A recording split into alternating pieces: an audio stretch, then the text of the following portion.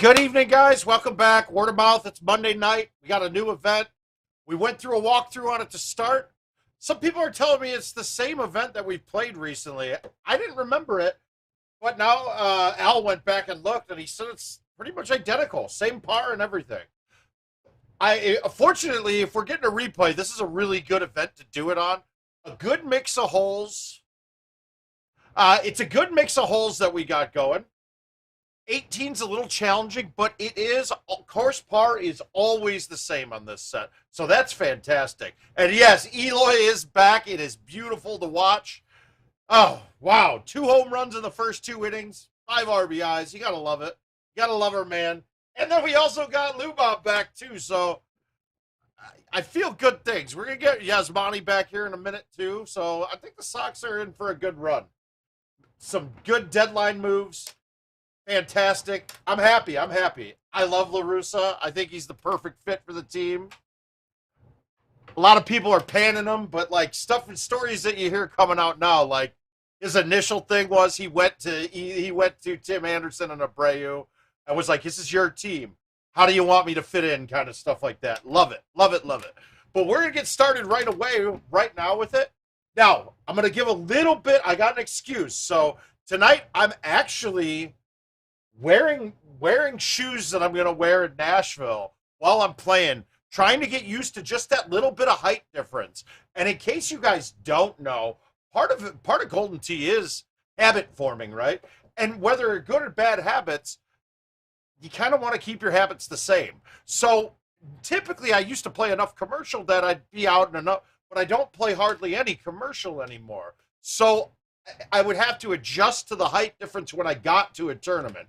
We're going to try to get that adjusted for myself tonight and see how it does. Plus, it's kind of comfortable, actually. But typically, I'm playing barefoot. And just that little bit of change in height, it can mess everything up when you're going. So we're going to try it with the sandals on tonight. I feel like my putting's going to be affected first with everything when that comes up, and chipping as well, just because there's the fine-tuned movements that you're making. Oh, and hang on a second here. That shot camera is not working. Let's reset it.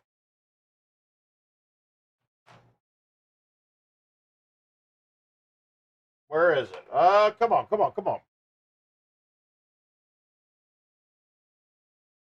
There we go. Now we got it. Now you can see my belly. It's fantastic. So I believe we said par is 34 on this. Now you're going to see when we get to hole 18, it is not an easy shot.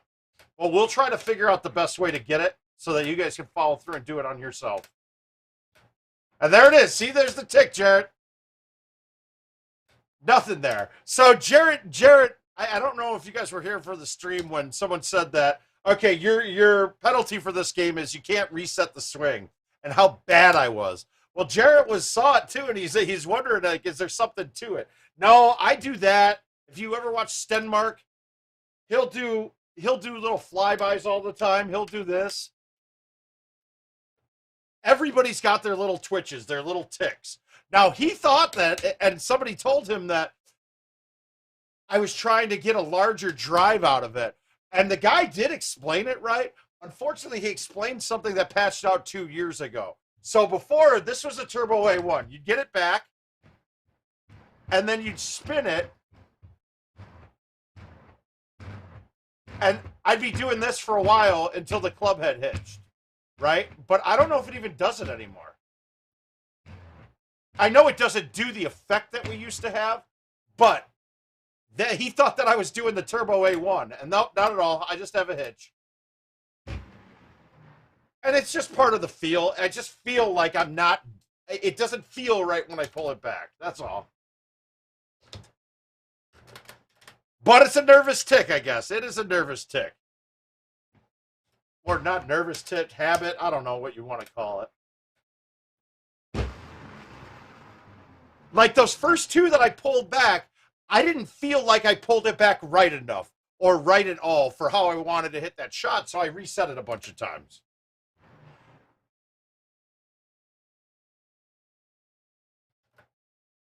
It's a little goofy, I know, but hey, that's me. All right, so we got 349 in. This should be a perfect 10.5. I should be able to land this just past the pin with a high T 10.5. From what I'm seeing so far, too, when you're going at the line of the pin, I'm not hitting this rock.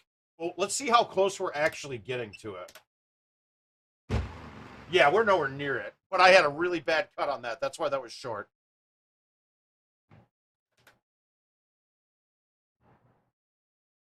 Yeah, this is a little awkward. We'll get used to it, though. We'll play this out, even though this game's probably never going to be, it's not going to be a keeper for me. Hey, Gino, my man. What's going on, bud?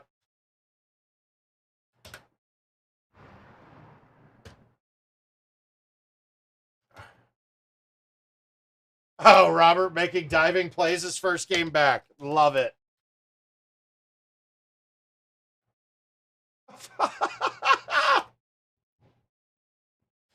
I'm just getting excited, man. We're finally going to get to see what our White Sox are supposed to be looking like. And, God, this just looks... I wonder if everybody got fired up tonight with Robert coming back.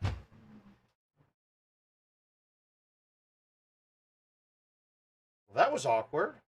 Hey, Sam, how you doing, sir? Running like a track star.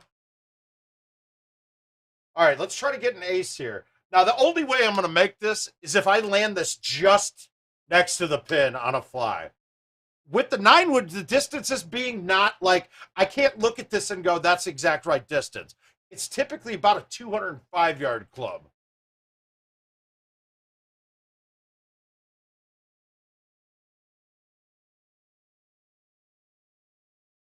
Yeah, Tony, I was looking at it.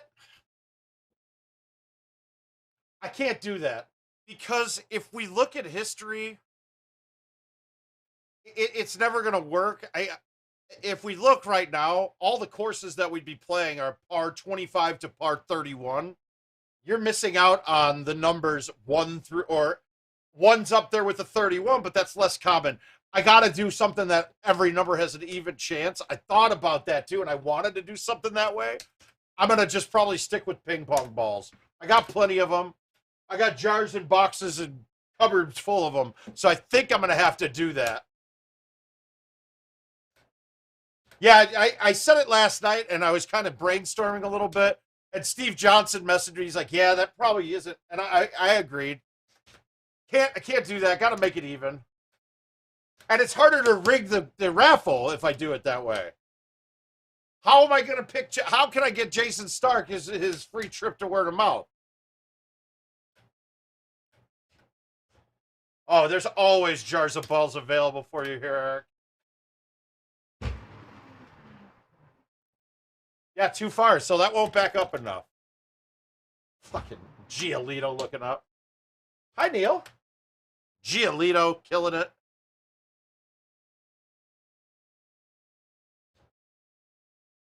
Yeah, I do too. It's just I was looking for something more creative, but it's such a good way to do it. Jill enjoys it.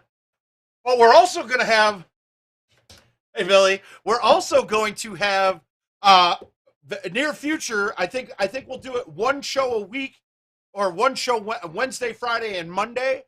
We're going to let Jill do the draft order for the 3 fantasy leagues that I run. With that being said, so what we did last year, and I think it turned out really well, we had Jill play closest to the pin, right? And she played down the line, not knowing who she was playing for, so she couldn't tank it one way or the other. But best shot for that person ranked them in order for the draft. It took a long time because she ended up holing out 3 players. She ended up holing out for 3 times on 3 different players. And then to break the tiebreaker, she aced twice too. So she was quite on fire. Sure, her thumbs were cooking that day.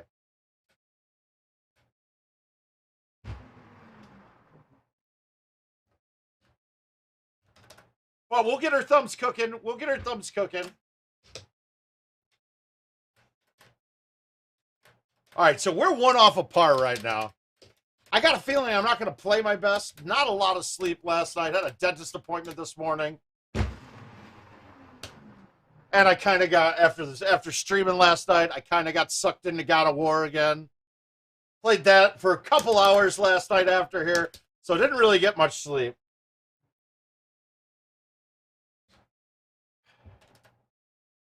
But really, I want to use these tonight. I don't get in until like 9. Oh, Eric, she playing an entire round. She doesn't want to do that. She likes playing. She likes to play closest to the pin. Let's talk about this hole. And Neil, I'm landing at like 9:30 or 10 p.m. on Friday. It was the only time I could get it to work with logistics wise going on. So you might see me late Friday night, or I might just head over to the Airbnb I'm at. All right. So I showed it last night. I wish I had the telestrator going, but if we look to the snowbank that tips out, that sticks out on the left-hand side of where we're at, if you can get it to that snow, not in the very end of it, you have a driver in from there, right? That's going to be the play I'm going to hit most of the time here. And what we found last night is even from this far back where we were at about the same pin T spot, with 8 in the face, I got it there. So that wasn't a problem. If it's too big and I don't think I'm going to get it there, I'm going to go with the high T 10.5 and basically aim at the inside wall on the right building. If you go down here, it's fairway in the middle. But if you can get it to that level in there, or even a little past in the deep rough, it will still get up from there. The problem with going this way is the little stoop in front of the house is unplayable lie. There's a bags machine over there that you can actually get stuck in, and it's really hard to get the ball out of. Shit, man. Probably marry Chevy Chase, fuck Greg Popovich, and kill Stacey Dash. I love Pop, dude. I do love Pop, and Chevy Chase is just hilarious. So we hit that there. Now you're going to think, wow, there's no way that's there. No, I'm there all day long. The thing you need to know is if you play the lower lofted driver, it will kick right out of this bunker. Just like that. So we got no problems there. Oh, Sean, Toot's fine. Toot's fine. I'm back. The one that was hurting, there was no infection or anything. It just I must have irritated it with. I think I was eating almonds on the plane, and that got it. Nothing. I like everybody there, but I love the first two, and Stacey Dash is just a give or take.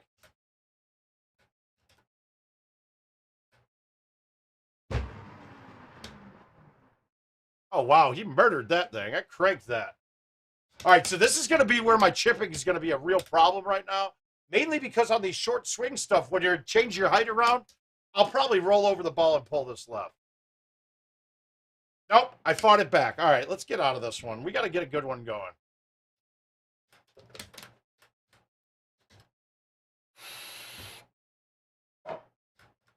All right, now we're going to start firing some bullets. We're going to fire bullets. We're going to make it happen. Pretend you're on the White Sox, Mark. Pretend you're on the White Sox. All right, Gino, when's the next podcast? What do you got? Who you got coming? Who's your guest? Who's coming? Hey, Gator.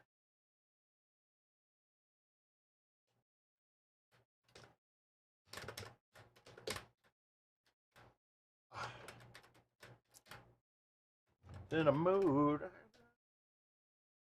All right, pins in the back. I've had a little bad luck when I thumb the 10.5 with release. I've hit the top of the trees, but I think that's the right play here.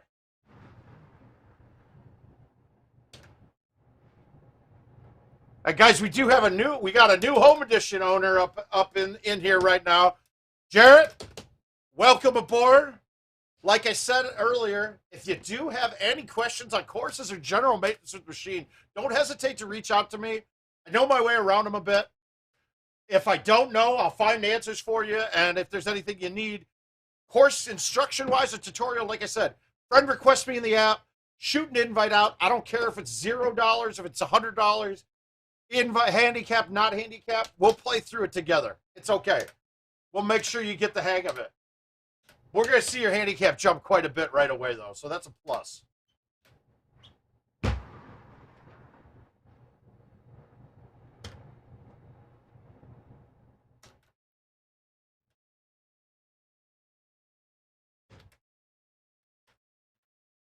I'm sorry, I feel like this shirt is way too bright for the camera right now.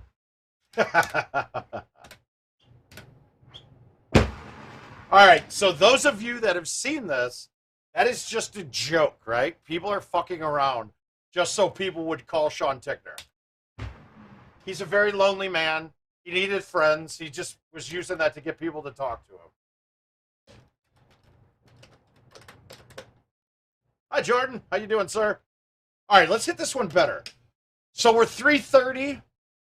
I would like a high 4 here, but I think it's going to be a little short, and that's the worst thing you could do on this is be short. It will trickle way down. So we're going to hit the high 3 and just stay in the fat of the green. Yeah, well, let me see if I can. Let's see if I can adjust this. I know what I'm doing a little bit, but I don't want to change this too much.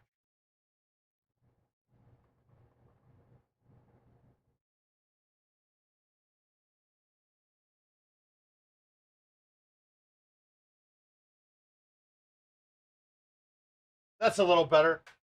There we go. We got it a little better. Not much. How about I do this then? Why don't I just turn down the lights?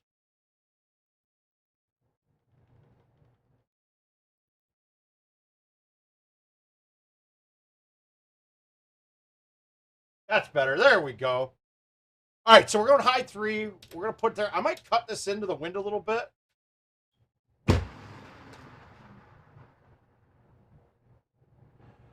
Perfect.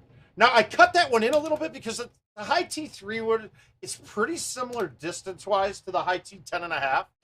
So that would have been about 350 if I hit a straight shot at it. As I've said multiple times here, dumbing down the distance like 5 or 10 miles per hour is actually much harder than actually just cutting the ball to kill the distance. So I hit that still full, but I cut it down, killed the distance.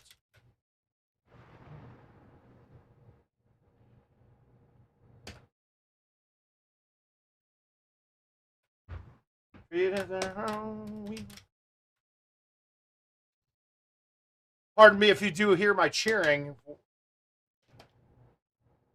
All right. 2 different plays here. We can go up the fairway. That's always it. It's going to be almost always there now with tees and with stouts with half the wind. But on this one, I really like the straight wind in my face. I'm going to just put this in the snow or, wow, it might clear the snow. No, we're good. All right, so I love this spot where I'm at right now.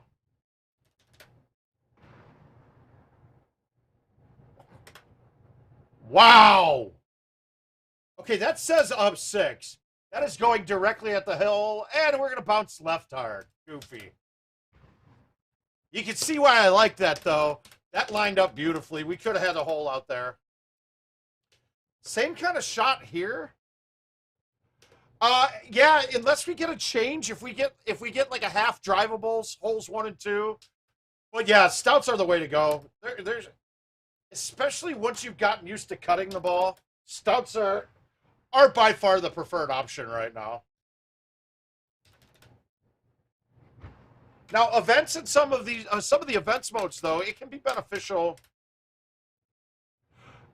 Caesar, you can play invites going between either or. Now, that might change here very quick in the near future. I think that commercial machines will have invites turned off when the PGA machines release, for a while at least, because they don't want them on the 2 different platforms going between each other. Because as much as they're not going to want to say it, there's going to be little graphical differences that could make changes occur in the courses. But I'm not, and mind you, this is the plan from that I heard 4 months ago. I haven't asked the question again. Okay. For me, spin is really more about controlling the angles that I'm going at. You're going to see a lot of me going, when I'm playing stouts and on par 3s, you'll see a lot of me hitting low T release on shots. The low T makes it come in more like a bullet, and changing that trajectory makes the break of the green easier to play off of it. And then everything else is going to be shot dependent. Most of the time I'm using my bite and backspin, if I'm not thumbing a shot, to adjust the angle of the ball when it's coming back. This one, I'm really just sticking the green. Where that pin is, I can't attack this too hard. So I'm going to hit bite. I'm going to land it middle of the green, maybe a little, try to get it a little bit on line with the pin, and then have a short putt. I'm not trying to make this one necessarily.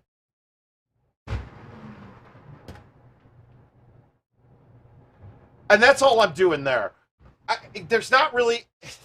In order to have made that shot, I would have had to let it go naked. And all I can do there is if I miss it, then I'm looking at putting water into play. And then that's a DNF. You're going to see something kind of similar here, too.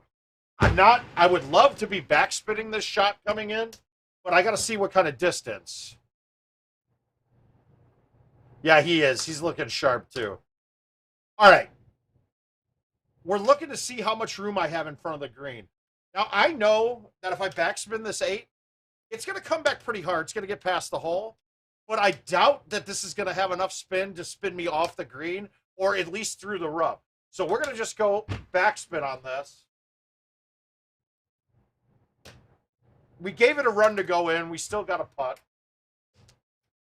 But in general, Jarrett, I am trying to find a shot that I can hit without a pullback is really the general consensus of almost every shot that I'm going to hit. All right, this is the second shot. There's no way I can get it to the snow. The islands, all of the islands that we can reach are way too far away. So the only way to get here in 2 is to get it in between these 2 houses. I don't need the 8.5. Let's go with the 9.5 today. And I did the thing that you can't do. Yeah, I'm done now. This is going to be a dead game. This is why this is the worst shot, the worst of all the choices.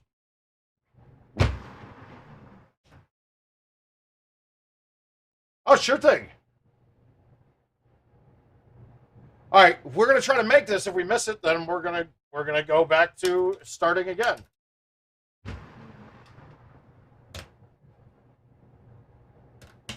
Yeah, no sense in playing. And mind you, you guys don't have to play events the way I'm doing it. I'm going for the top score, so really anything off par is not gonna help me. So there's no sense of me wasting my time finishing it off. Sometimes I will if I'm a little off and just trying to dial back in, but I'm actually feeling like I might be sharp right now. So we're gonna go for him. All right, we got 299 in. We're gonna go with the naked. We're gonna go with the naked 10.5. Thumb. I got to get this like one click to the left and then let it run. I might have hit that too hard. I did, but that was a good line. I hit it right. Oh yeah, Billy. They didn't even try to. They didn't even pass Al, so they got 3rd and 4th.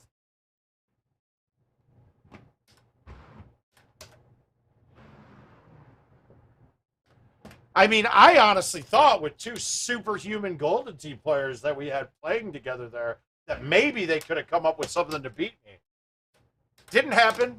It's okay, though. They're still really good.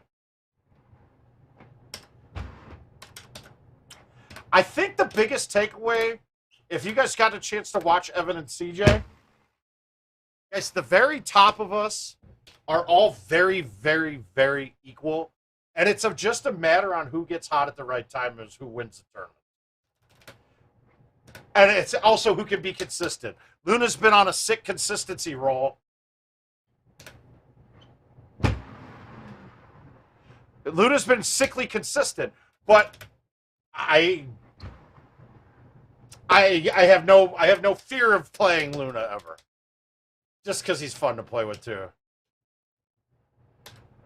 It absolutely can. But that's what you gotta budget yourself out the way you're thinking of how you're gonna play it. Alright, we gotta murder this. Yeah, I don't know if I'm getting this there, but we're gonna try.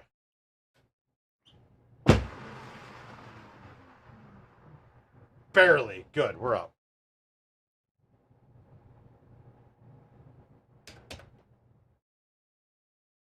No, there is no way.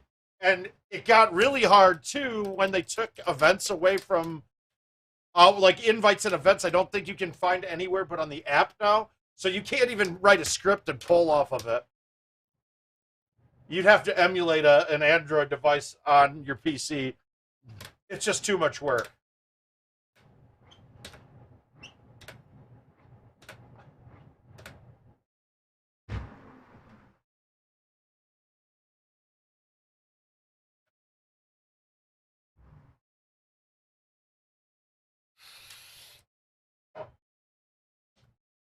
All right, pins on the right. We're going to go up the fairway this time. I'm not going to get it deep enough in the snow, far enough up, that I would even have a real good chance of getting it to the pin from there. So we got to play the fairway shot here.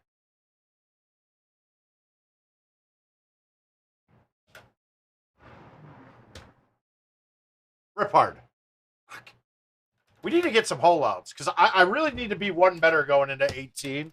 Most of the time, 18's shot isn't a putt for eagle. It's going to be a chip. All right, so this tee box isn't big enough to fight the wind, so I'm not even going to use a tee. We're going to just try to aim it then. Didn't do it very well. But really, I just used the screen in the app and count it that way.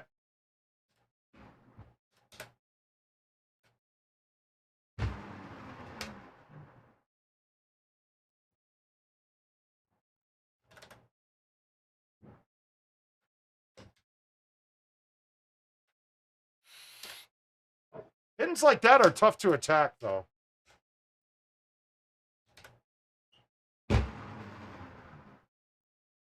Perfect. All right, so this is a dramatically downhill shot, so be careful with your distance. You can easily fly this shot. Ooh.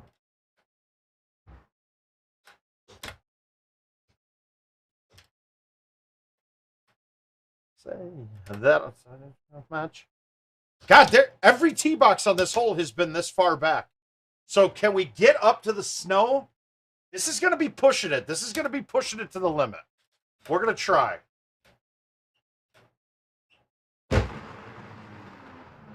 Now, I got to the snow. You got to be careful, though, because I think if I hit the 8.5 now, then I'll just hit the snow right in front of me. Well, the highest GSP on a first look, I think I'm at like 1. No, it wasn't that round, and it was a 7 better, not a 5.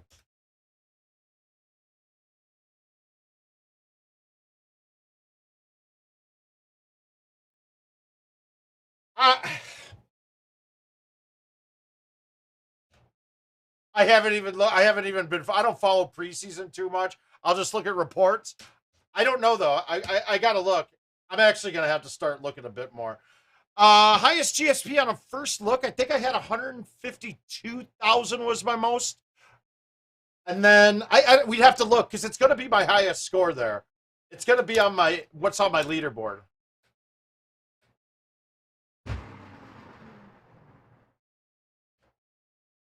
Shit.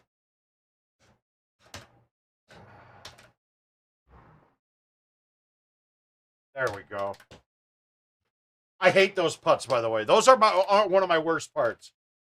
All right, so your goal here is to get it up to the right-hand side of the lava, left of right here, like in between these two turns, and you want to be as close to the lava as possible because that gives you more club options coming in. I pushed it too far right. It's fine, though, because I'm going to hit a backspin 5-wood in. I really don't have much to worry about.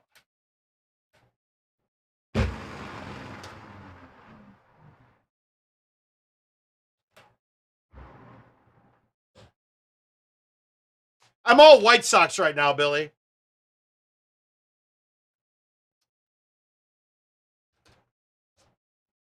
Probably, in my opinion, the second hardest hole on this setup.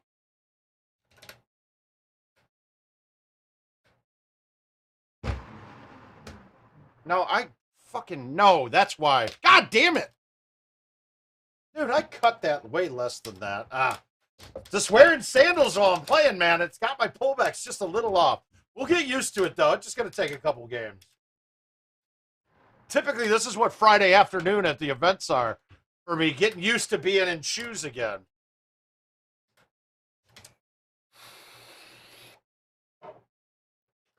You should be sad. All right, let's ace one. This looks really good for an ace. We're going to thumb this with release.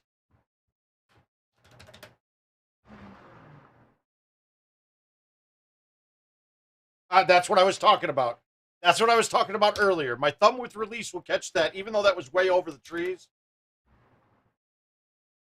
Fucking Christ. We got ace one. That's not a good start. We're just donating dollars right now. We'll get there, though. Y'all seen it. You watch me. I go on rolls. I'm also going to get an in. I got to play a couple invites, too. I'm pretty sure I got a few about to expire. So we're going to try to get one game recorded here and then get over to some invites. That's got a chance.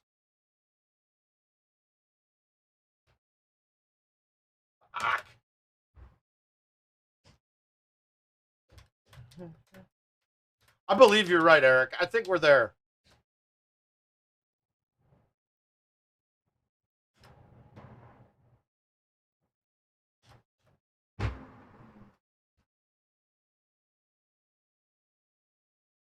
Yeah, with the pins tucked up top here, I should really club down one and overhit it just to get a little bit more snap on it. All right, we're over this. If I have the choice, I'm going over this every time. If I have to, you can leave it short. Wow. Wow. Okay, this is a place I've never been before. Let's see if we can save our eagle. I don't think I can. I think I'm in deep shit. All right, got to hold this out. Save the eagle.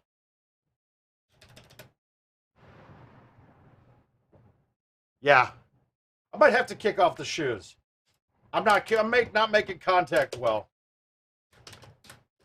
It's so soft, though. These are so soft. How do you miss that hole? That's the biggest problem right there. That hole's a bad one to miss. I'm a little embarrassed by myself right now.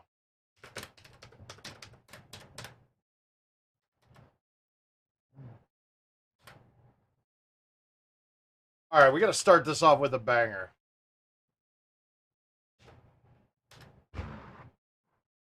Fuck.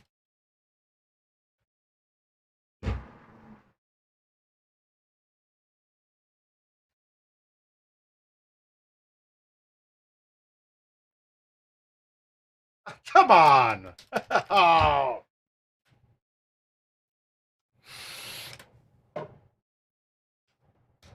Pins up top. Let's go with the 3-wood backspin here.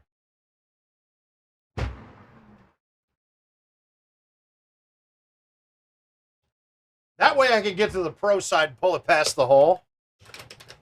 I would have liked to thumb a 10.5 there, but I feel like it would have been short. All right, let's play this the other way now. We're going to play it short.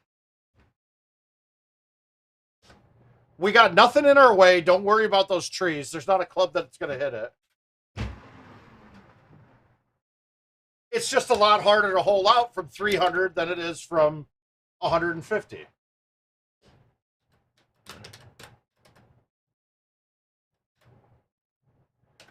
.365 pins in the back. This is a great 10.5 moment.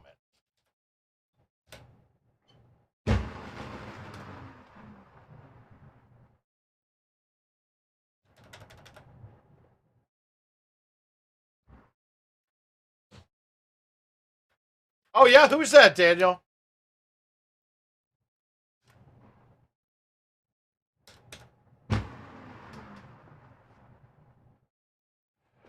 Hey, guys, I can't call myself a banger, right?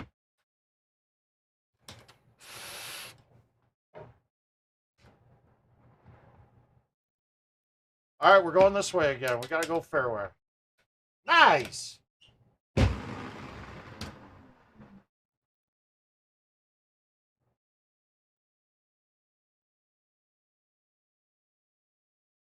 All right, we're going to just thumb this straight. No, we're not. We're going to miss it. We're going to miss it left. Shit.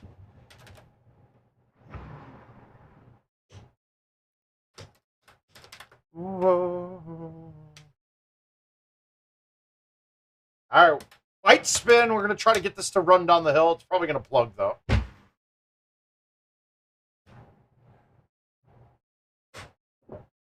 Dear God, guys, this is not good. All right, we take the par.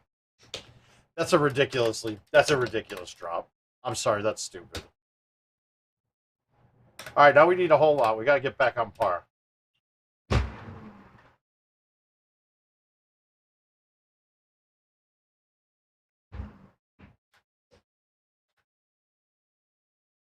Okay. Over 600 a month, let's say. I don't know, something like that. 5, 6. I'm currently in the 200 a month range.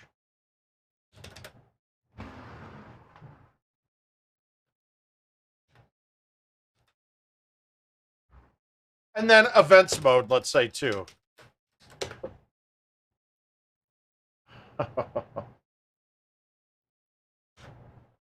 Wow, they're leaving this team way back every game. All right, let's try it. We're off a stroke already. Let's try going into the 6 and go to that stone. Let's see if we can get it there. All right, so I'm way back. Oh, it gave me the 8.5, which tells me that it's over the obstacle in front of me. Nope, it hit. Fuck. All right, I'm going to try one more game with the shoes on, and then we're kicking them off. We got to kick them off.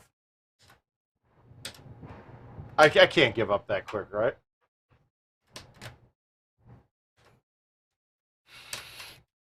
Come on, I got to keep you guys intrigued. We got to throw up a number here. Or at least see the back nine. Let's at least get to the back nine in this game. All right, this is a thumb. One click left, thumb. I pushed it too far left. But did you guys notice how much higher that ball went with no spin compared to when I released it?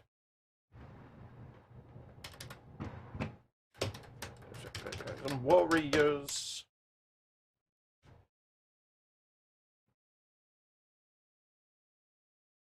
All right, I got to try to hold one out. So we're going to backspin the 3 here. Just because I got to hit it fuller. And in case you don't know this, if you have a pullback compared to no pullback, you get a little bit more spin. And the harder you hit it, there's more spin to it too. So let's say I hit a 4-wood as hard as I could and got it past the hole. That ball's going to rip really hard. If I land in the same spot with a 3-wood, it's going to backspin less. So just know that those two are related. How hard you hit it and how much it pulls back are related. Who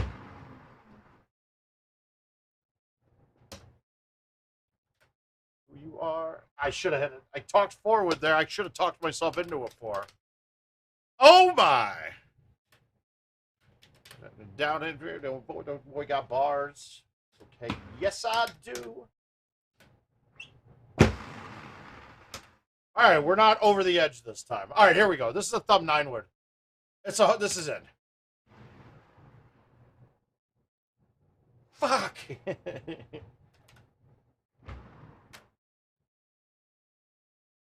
I don't know, but what would you guys think qualifies somebody as a banger? I almost want to play the other shot here just so that we have it, we see it. But really, this is a high T 3-wood will be the club to get this there. I'm going to overhit it just so I make sure not to hit the ice on the way down. Otherwise, I could hit a medium T4 or medium T3 and bounce it off the ice. If you look at it, though, if you keep it right, it stays right. But if you miss it a little bit left, it shoots you all the way down to the bottom of the hill. So, in all actuality, you don't want to have to bounce it off the ice. But I also didn't want a mile-long putt, but I do. But it's a putt for eagle, so this is better than chipping. All right. On for this.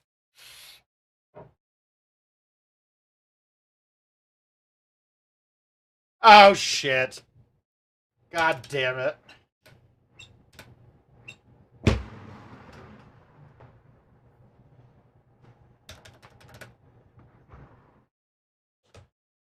I play enough games that I'm competitive. Put it that way. Well, nobody's getting to. Well, okay. It depends on how you're looking at it. Dude, when I go to the bar, I end up paying $2.50 a game. Okay. Now, I don't remember the last time that playing Golden Tee has cost me money.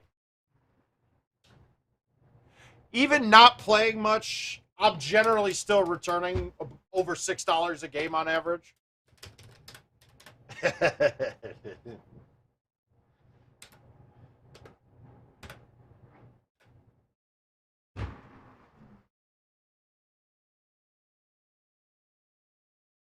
Are you fucking kidding me?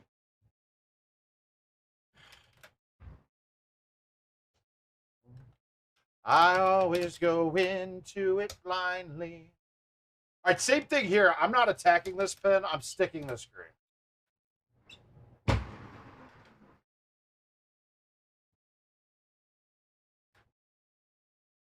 You love me.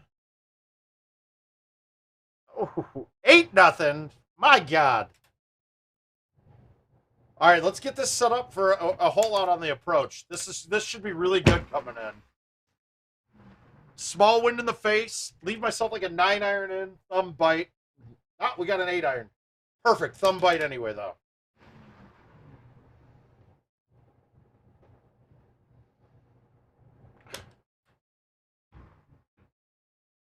Guys, I'm right on the cusp of greatness right now. Things are about to happen. Man, they left us really far back. All right, we're going to still do it, though. But this time I just won't hit the 8.5 on the approach no matter what I get. I'm in trouble. I'm not getting this up with anything. It's so fucking bad. All right, we're going to try and hit this. I'm going to hit the snow, though, right in front of me. So, we got to hold this out now. Fuck me.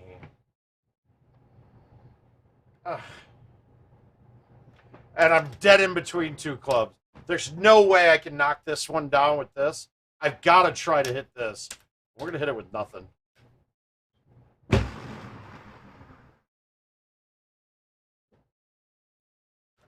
Off key in my chorus.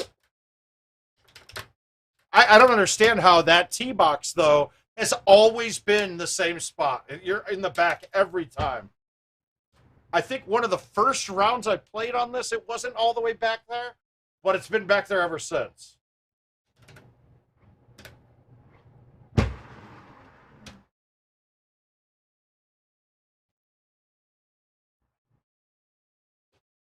Now, Daniel, that just was because of the relationship I established with the vendor. I mean, and then let's be honest. I do all the work on the machine that I play on, the machines that I play on. Like, I don't even ask him for trackballs. I'll just put my own in. Yeah, this game was done. All right, can we get this up? I think I'm hitting the wall no matter what I do, but we might as well try, right? Fucking Christ.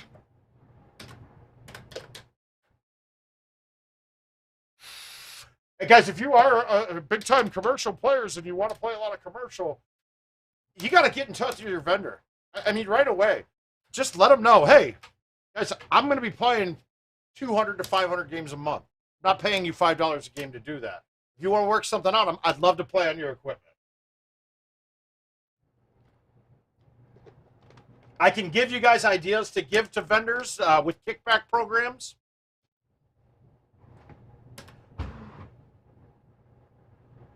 $3.50 live and daily. I don't understand why events should be the cheapest one. Daily and events, there's no IT should set the price of those at $3 because the amount of DNFing that you want people to do in those games, it requires you to have them be cheaper.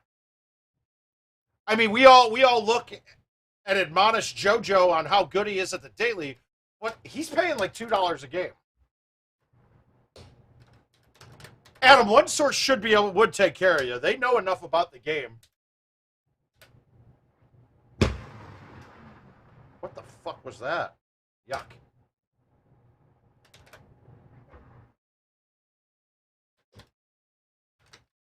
to sing along, but she won't sing the song.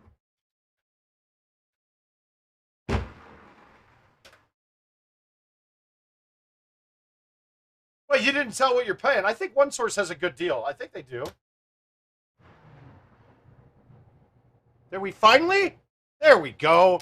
All right, now we got some moisture accumulating. Let's not fuck this up.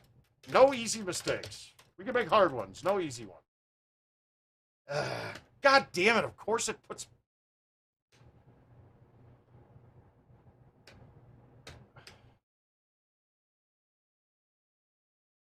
All right, we got to hit this.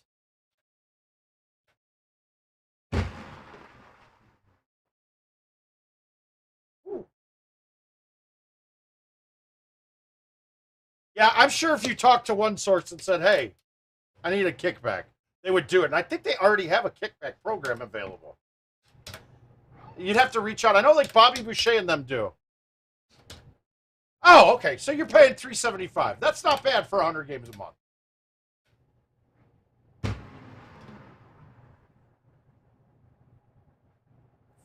Fuck. Jesus.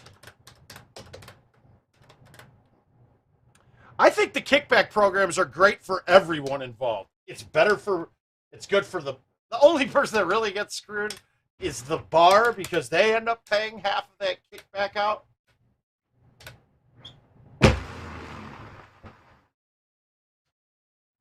I know volcanoes. I actually really enjoyed volcanoes. I enjoyed the bar.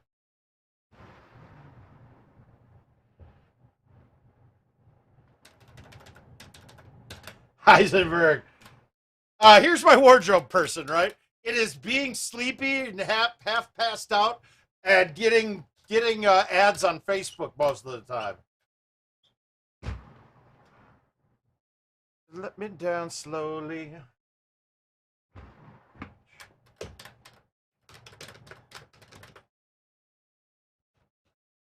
All right.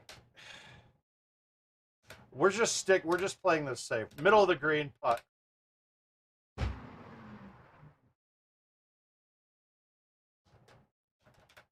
Let me down slowly. Uh-oh. We're getting close. We're almost through 9.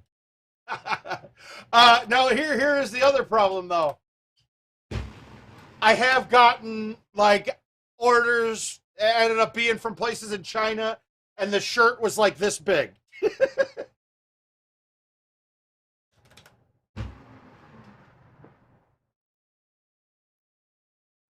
Can you find a way to let me down slowly a little? All right, we got 9 holes in. We're one better. We're in a good spot. And they give us this shit tee box again. Why is it always in the back? I don't quite get this. All right, we got to go with the 9.5. We got to try to get it in that gap. Oh, we got it. Oh, it's even fairway. Sweet.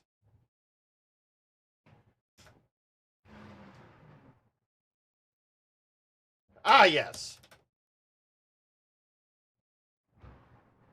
All right, so we're past that one.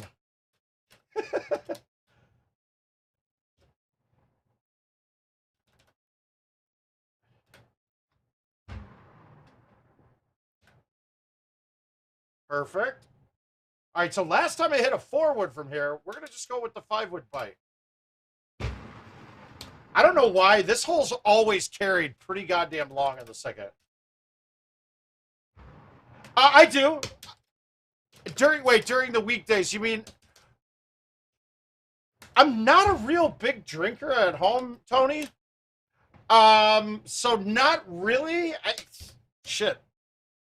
Some days I felt like tying one on, but I'm like an all or nothing type. If I'm going to drink, I'm drinking to get fucked up. I don't like the taste of alcohol much. I don't, as I've gotten older, I don't like the day after alcohol. Did I not cut it enough? Nope. All right, we're back enough. We can save the... Oh, no, we're right up. Oh, no, we're good. Now, the question here is, do I try to make this? I'm gonna. All right, so we're clean right now. That's fine. Consistency in pairs is really the biggest thing. I mean, I'm not on the wagon. I've just never been a big drinker at home. Now, when we get guests here, I'll roll right with them, right, Gavin? We go to town.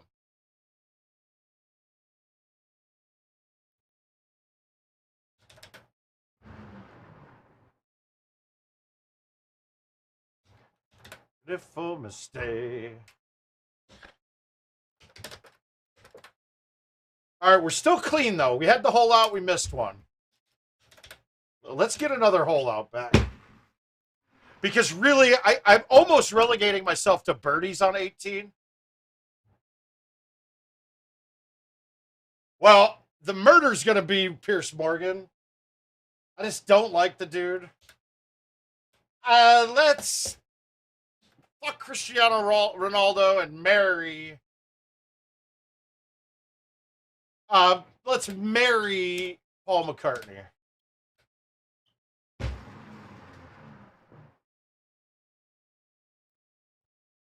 I mean, could you imagine the voice and the sounds of an angel that would come out of my child with Paul McCartney? It would be glorious. Making beautiful. All right, we got a close box. I can just murder this and go over the top.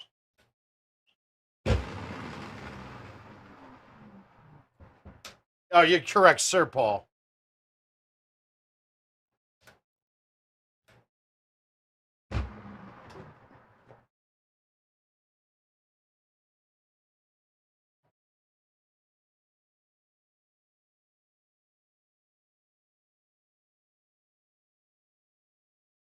All right, Mr. Kaufman, I am working on it. I do get murder boners. Hey, Rick, how you doing? All right, so we got 10 in the face. Only 5 with stouts. I'm thinking it's this, but here's the thing. All I'm doing, if I come in from this angle, if you go and do a flyby, I don't have a lot of room to play with here. But if I go over here and murder this with a cut coming in, I can bring it into the obstacle rather than around it. I mean, rather than hitting it and shooting away.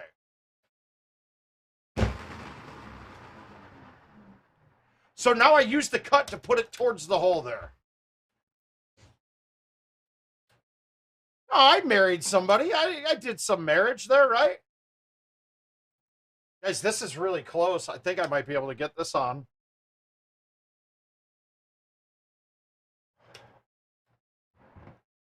I mean, I can't not try it. We're streaming, right?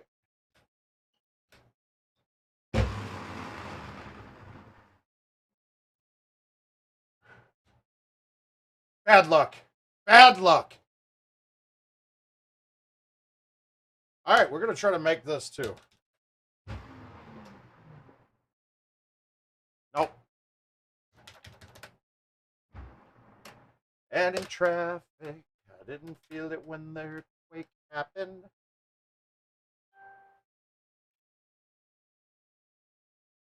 All right, let's look to see. This is awfully close. I think I can get this over. I think we got a chance at this one. I'm going to go straight over the top.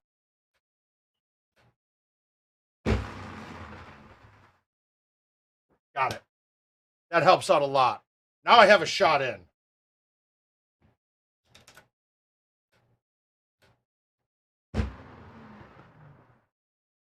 All right, we got a clean roundup. That's good.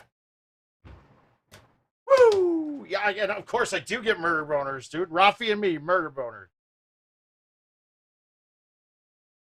Oh, fantastic. Love it. All right, so we got a 34. That was par. I missed one that wasn't 18. That's terrible. But I got the hole out to match up for it. So let's go for another one now. So now I got 2 clean rounds up out of the 3 rounds I have up.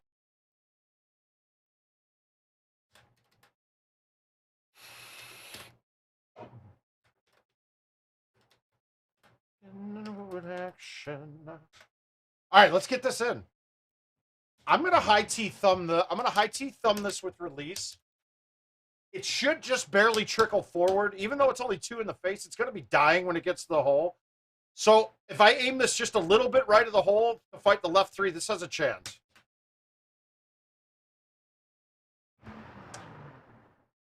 Uh, well, of course I'm gonna fade your mobile stuff. That didn't even get me to tune in. But I mean, Luna and Haas, they're always great. So he's had some great guests on, guys.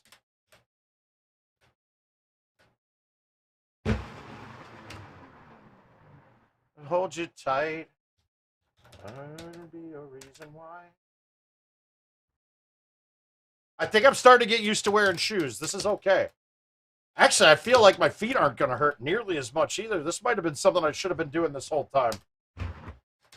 I think the next 24-hour stream is going to be wearing these UFO sandals.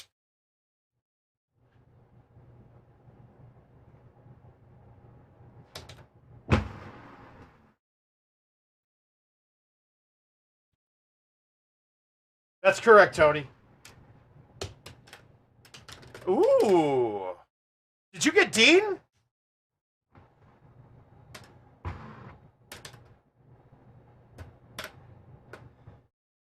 You got get Sobe, man. Get Sobe back.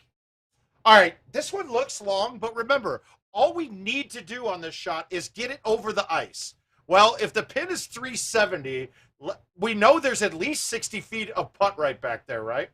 So we know that it's under 350 to get over the ice. So this is a no-brainer. It's a backspin 10.5. This should be great. Hey, Taylor.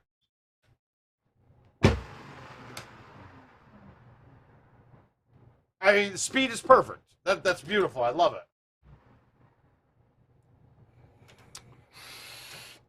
it. There was a turn. Now, we know that when you thumb the 6-wood, it is definitely short, even when you're playing it. I really wish they would get the numbers adjusted on the clubs for the 9-wood, the 8-wood, and the 6-wood. The 7-wood's pretty accurate. The other ones are all, they go, the 7-wood and the 8-wood and the 9-wood go longer than the distance it shows. And the 6-wood is probably more of a 230-yard club at best. So on this, for me, this is going to be a straight 6-thumb bite. And I'm not worried about going long.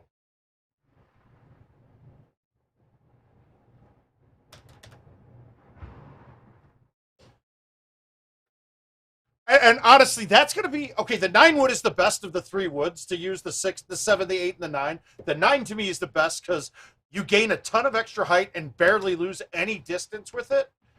Cuts are they all cut identical and just go a little bit more cut based off of distance. But being that it's dramatically higher than the 7 and the 8-wood. So on this, you're thinking like, okay, I can't thumb this, but this is actually right at the right distance for thumbing.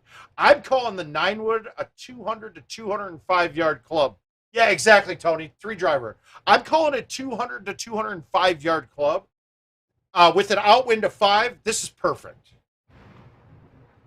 Now, my problem right now is I'm not getting my thumbs out to the right. And that's all because of my shoes right now. Yeah, events mode, unless it's a par 3, it's going to be a 3-driver bag almost every time. All right, I'm going to play this a little different because I want it to slow down enough to not roll over the back edge, but I also need to hit the green on a fly. So I'm actually going to back this up on the box. I'm going to high tee this with bite. Now, it's not going to be going slow. It should get to the hole. But the bite and the high tee will cause it to be slow enough that it will stop right when it hits the fringe. Unless I really murder boner it, then I'm in trouble. I dropped my 4-iron. Now, would I like to have the 4 in some circumstances? Yes. But I can adjust, since there's only 2 par 3s, I think, or 3 par 3s on this set. I can adjust one hole, and then my approach shots, I can always make sure I'm a 9-wood or a 5-iron in. So it's not really a loss at all.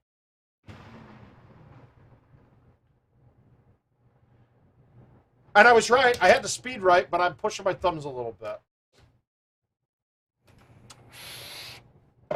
And I don't see a need for a 3-driver bag on any of the courses. If I was going to use one on the courses, I would change that up and make sure I had the 4-iron. Maybe drop my 8-iron. But that goes against a lot of the things that I say. Because I definitely want I mean, most of my hole outs are going to come in that range between 160 and 60 yards away, right?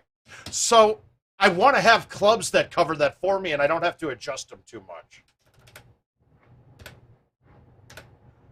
Hi, Racing. How you doing, bud?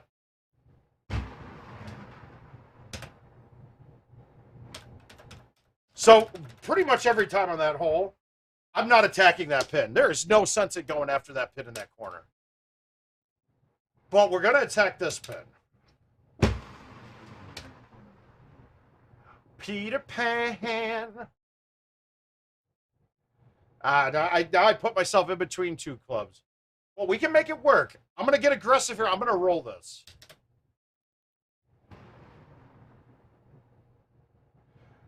I took too much off of it. I was scared. Actually, I need to hit it. Oh, shit. Oh, great. More people. More people. That's what we need. All right, so now we're definitely far enough up. I'm going to have no problems with this. Now, on a shot like this, too, I may even try to get to that island to the left. It's not there right now, but if I was a little farther up in the box, I'd probably do it because it's an easier shot coming out of there rather than the stone. Well, you're going to see, we got nothing, no problems here.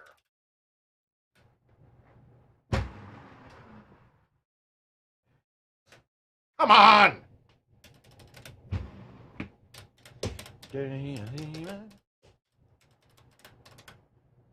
All right, same thing here. Just get it a little left.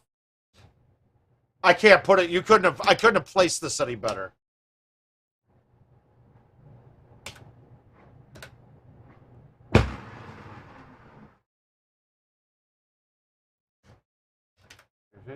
$10,000.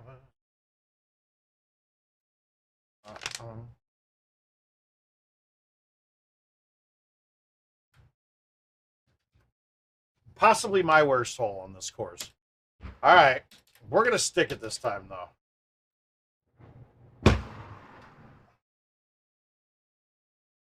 I talked myself into sticking it, finally. Good. That's one of those holes, though, that half the time the wind being halved with stouts hurts me, and half the time it helps me. Because, I mean, if that wind was fighting me back like that, without stouts, I could have pretty much hit a straight shot on that.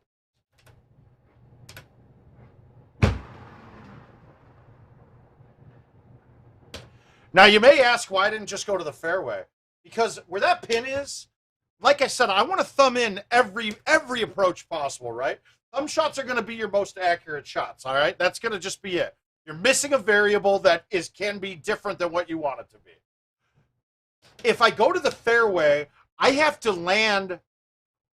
It's almost like you couldn't thumb it. I'd have to cut it in to make it. So this way, I can thumb this and make it.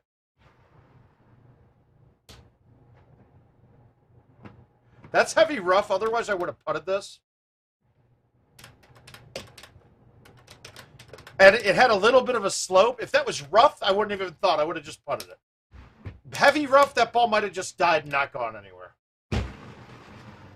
It's a big part of this, too. Especially all the new guys in here. Be very cognizant about surfaces you're playing off of. And learn the different surfaces. Know that if you're on a cliff is actually fairway in Golden Tee. And you can play it as such. Heavy rough, shorter distance than rough, but for some reason, it gives you a little bit more spin than rough does. Deep grass. Deep grass is the worst of the worst green stuff. Hi, Mark. It's the worst of the worst of the roughs. Deep grass is like a half distance. If you chip out of it, pull your club head twice as far back as you normally do and hit at the same speed. And start with that when you're adjusting your chips from deep grass. Heavy rough, it's like an extra in between the deep grass and the regular rough.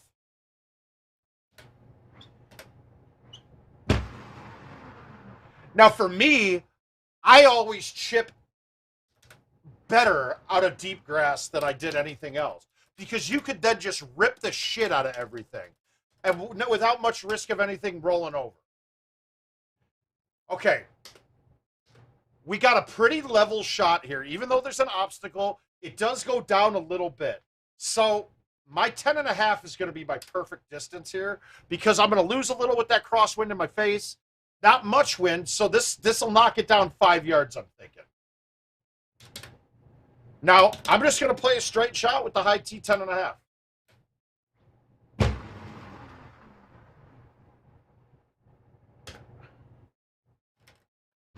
With all my invention, my only invention.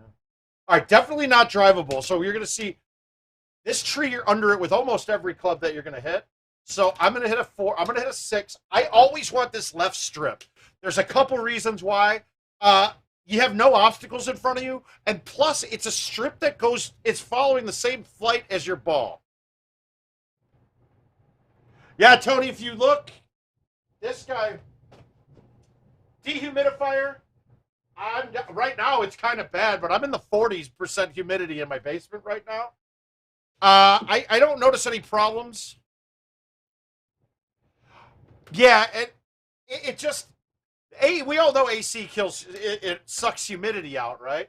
Now, my AC is technically, if you look at the basement of my condo, it's like halfway above ground and halfway underground. So it would be almost like a garden basement is what I believe they'd call it. I don't have to deal with humidity too much, but the problem is the AC pumps through upstairs first, and I only have one vent in the basement, so temperature changes affect me pretty quickly down here.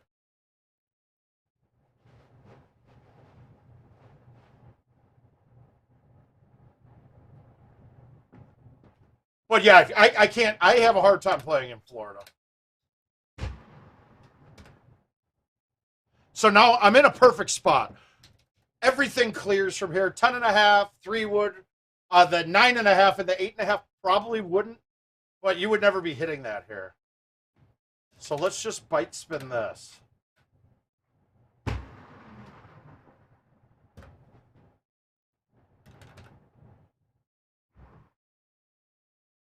No tension. All right.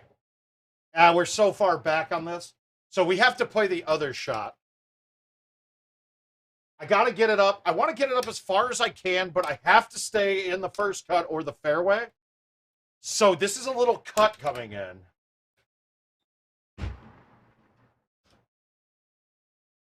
I mean, you can't really, that's as good of a spot as I can put it. So now it's a question on if I can get this to bounce over the hill.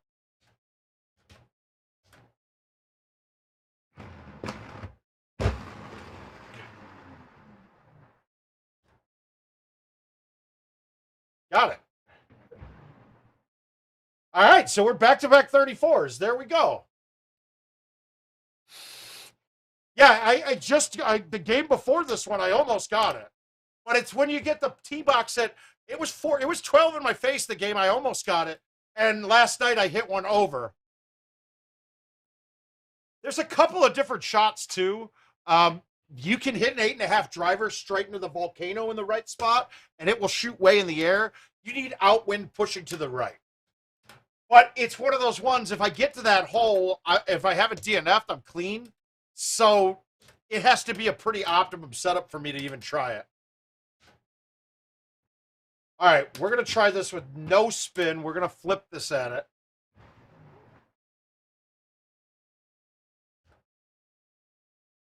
And I just didn't get the line right because it doesn't line you up off the tee. So, but you got to be scared. If I push that too far right, it's wet. Yeah, we're at 3 times.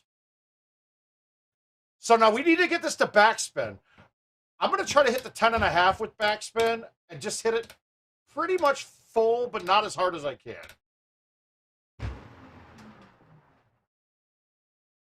And that's still too much. 100 good stories, 100 good stories makes me interesting at parties.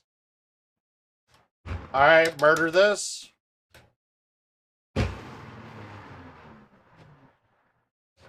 Okay. Should have a 6 wood or a 9 wood in. All right, this is going to be a 9 with release.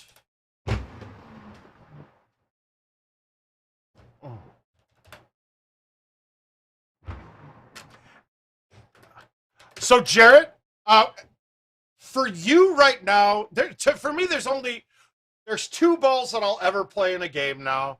And then there's a specialty ball that's got some funky characteristics that I'll use for certain, and I call them specialties balls. Like, they're not good on a day-to-day basis, but there are some games that matter.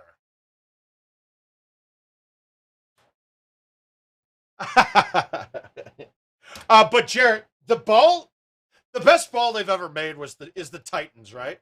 And the Titans should be the ball that you're using as a new player. The ball that I'm using right now are the Stouts, and the Stouts are half the wind, right? But until you get used to cutting the ball, I don't want to see people start with the Stouts, because if they ever do go away, it's going to be like playing again. It's going to be like refreshing your whole game.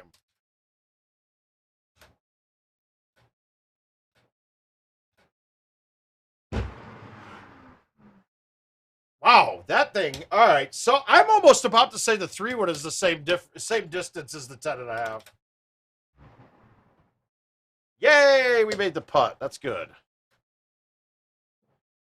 Yeah, razors have a different bounce, and the thing about the razors is they're the only, that and grabbers have similar bounces, but they're the only two with that characteristic. What you're going to find too is you will actually lose a couple. I'm gonna do ping pong bugs racing. I got 100 balls set up ready to go. We'll have Jill come down and do the drawing. We'll do it sometime on the stream on Wednesday.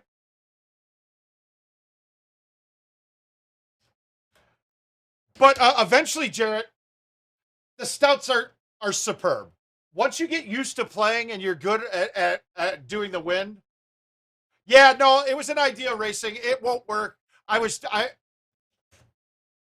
Yeah, we're gonna do it with the ping pong bugs. The idea that I was gonna have is that like if I shoot a 31 and Luna shoots a 30, you would add 3 and 1. That's number 4, like Super Bowl squares almost. The problem is the odds of hitting certain numbers are dramatically lower, and since everybody selected the numbers and it's not just random, then it would give people an unnecessarily bad chance. So that can't happen.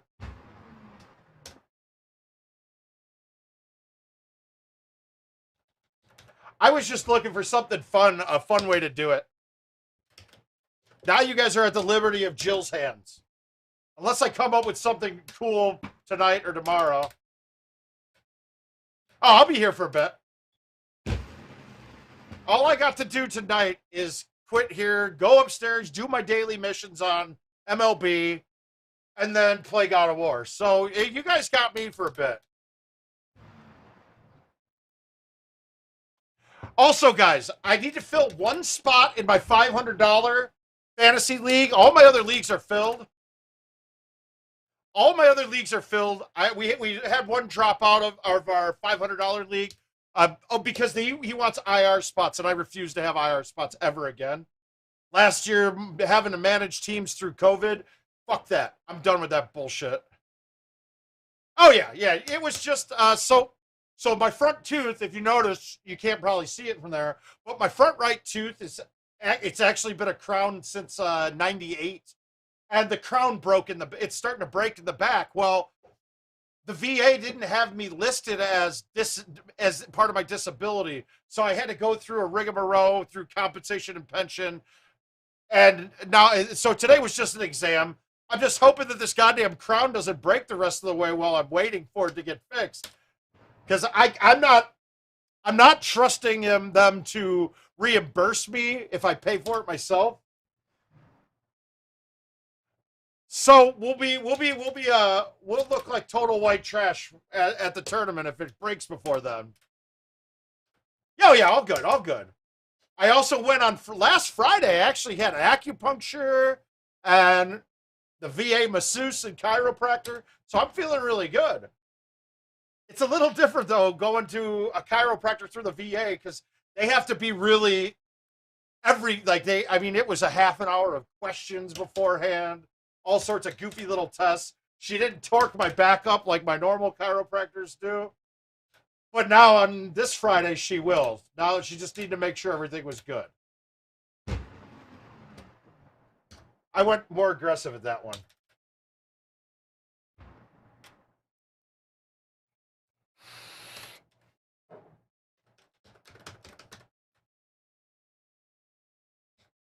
All right, so pins in the tuck spot, right? Yeah, surprisingly enough, I'm feeling healthier than I had. I'm feeling a lot healthier than normal. I'm expecting a good showing here coming up here in Tennessee. Yeah. Oh, fuck yeah.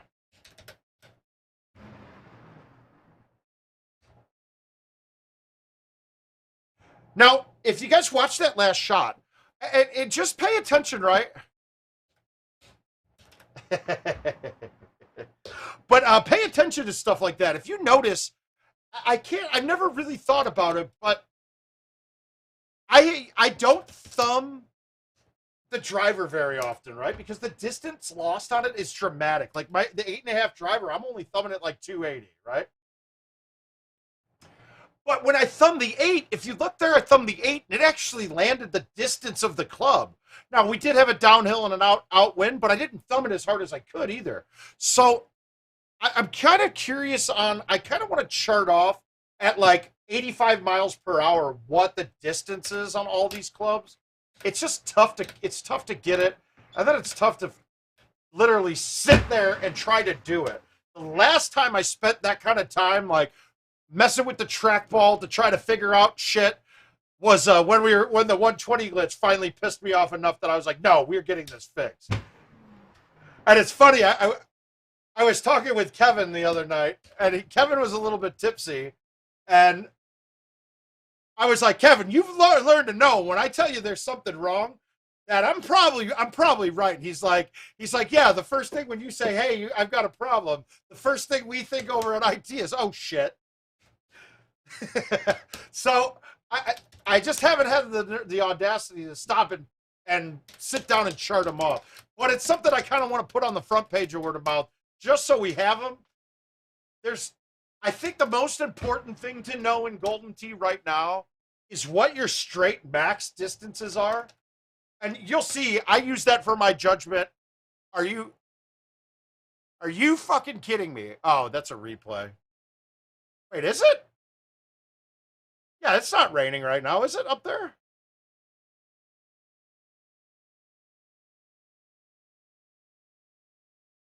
No, it's a replay. Good one. All right. I got replay bombs coming.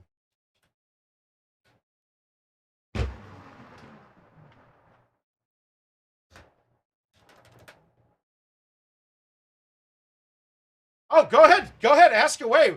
Racing, that's one of those things that everybody wants to hear. Those are the kind of questions I love. So please, get into it, man. I'll tell you everything I know.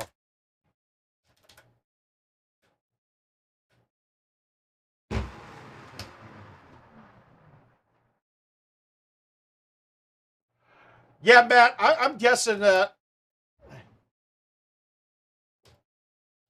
I'm guessing that 172. That's the number I came up with last night. And really, because most great rounds are going to get dismantled on 18. You can get lucky and have it be really easy, but you're probably going to get it dismantled. I don't like this. I don't know if I'm going to get past the tree line. We're going to go this way.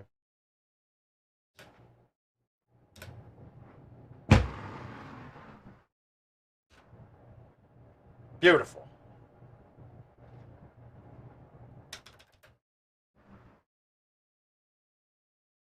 Oh.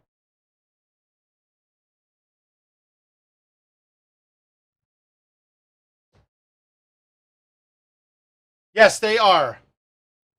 They are definitely in the mix. Match play will be determined by spin the ball, tap the button. But for the qualifier, you'll know ahead of time, not before the tournament, but before the qualifier, which 2 courses are out, and you'll play the other 5. So there's a chance you could get the main ones, but no, most likely you won't. But here's the positive, though, right? As much as you say you're so much better on the main ones, everyone is, except for the bangers. So the guys that you weren't worried about anyway aren't having the issues that you're having. Everyone else is going to have the same issue.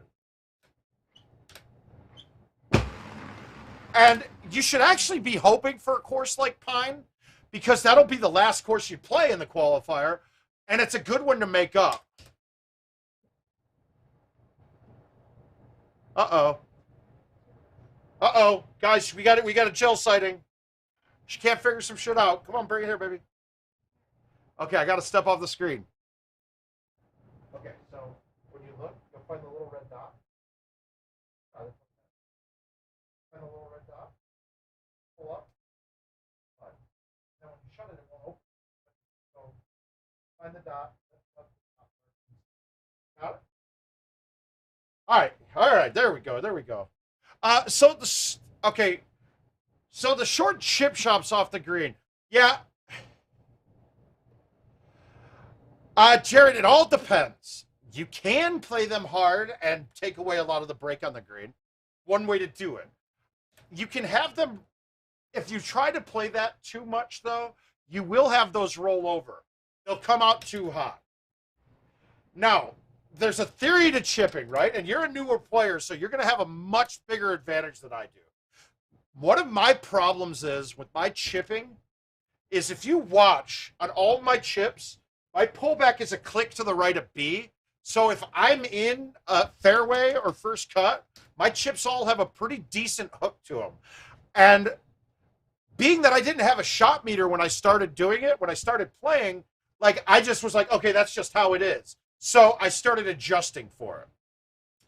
Now, if I'm you and I'm learning how to chip, I'm going to go, since we don't have a practice green or a driving range, IT, bring it back for home editions at least, please. What you're going to want to do is practice picking a spot you're pulling your club back to, right? And this is all personal. It doesn't matter. Putts, when Putts plays, he pulls it back way up here. JoJo does one where he's doing one click. I'm in the middle of the two. But find a spot that you're comfortable with and then start figuring out how to adjust your forward swing with the speeds that you're hitting. And you'll start finding that you'll find a happy medium where it's not too hot. You're playing a left 6 like a left 3 on the chip, and those are easier to play. Now, the key here, though, and where you're going to have a benefit over people that have started before the shot meter, is you're going to get immediate feedback at the end of it. And trust that shot meter. It's very rare, if ever, that it's wrong. And I'll explain why it's wrong, but it's still right, but it's wrong. But you can get used to. So I hit a chip, I look down and go, okay, my pullback on that was a little bit to the right of B. I need to adjust and get it to the left. Since you don't have the muscle memory and the years and years of doing it wrong, you're not going to have, it's not going to take as much to adjust. When I try to adjust and fix my curve cock backswing, I then spray my chips all over the place. So I've just relegated myself to dealing with it, and my percentages are going to stay about the same of what I make. But, so you want to get used to pulling back to the same spot, and then get used to pulling it back straight, and find that you get your pullback right. And then it's an adjustment. Now, my theory on chipping is this. All right, my chipping club, the club that I'm going to chip with, if with all things being perfect, if it's level, nothing's in front of me, 5-iron's my chipping club. I can use bite, backspin, roll. That's some other fine-tuned stuff that you'll learn. In general, you don't want to use anything but bite or release on most chips. Backspin will hurt you and make the break play differently than you want it to. And it doesn't really stop it any quicker on almost all scenarios, so don't bother with it. But then I go and I take the lowest lofted club that gets over the obstacles in front of me. There are a few exceptions to that rule depending on amount of green to work with. But my basic premise is I want that ball to land on the green like a bullet, like I'm putting it. And that's the real basic premise of chipping. So your goals to start are get your pullback to where you're pulling it back to the same spot every time. And then figure out, get it to where that pullback is straight. After that, everything else is just adjusting the forward swing to compensate for what it's doing. But you got a shot meter to help you through all that, which is awesome.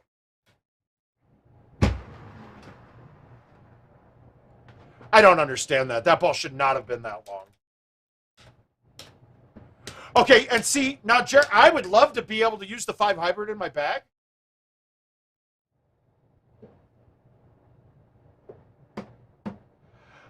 Depending on courses racing, that's going to be top end of purple or bottom end of main, depending on courses used in qualifying. Now, but Jared, with the 5 hybrid, since all my years I never had a 5 hybrid going through, I got the speeds that I'm hitting my 5 iron. When I switched that to a 5 hybrid, I was lipping out and rolling over a lot of chips. So I've only put it one time in my bag. But if we go to pgttour.com and you can find you can find the last qualifiers. That would have made the cut. I believe the cut was 124 in Houston. Now there's going to be more people, and we had Pine as one of the courses where I won Pine in the qualifier with a 28. So, and that's a pretty big score on Pine for the most part, depending on what's there. It is. Even if you look there, if you take a step back and look, you'll see that I had a cut on that chip.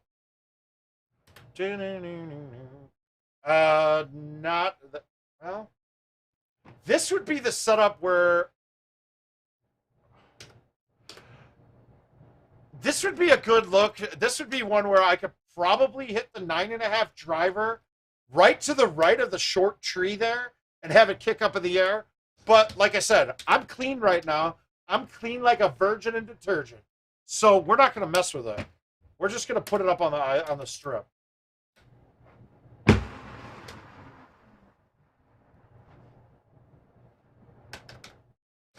Yeah, so, I mean, you can get a good judgment there, but be cognizant of which courses were used in the qualifier.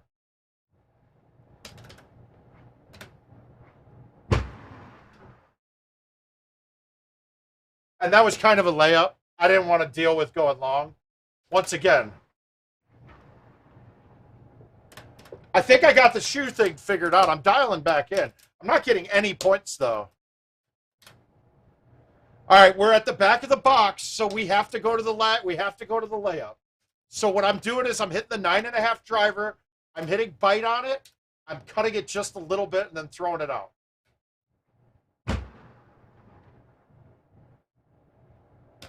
And that's not a bad spot.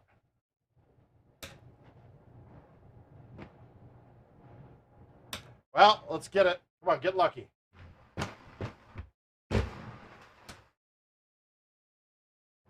Woo!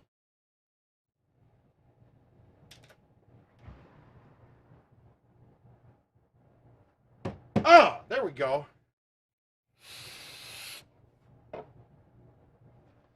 Wow, guys, that's 3 straight clean rounds on this course. I'm actually pretty impressed with myself right now.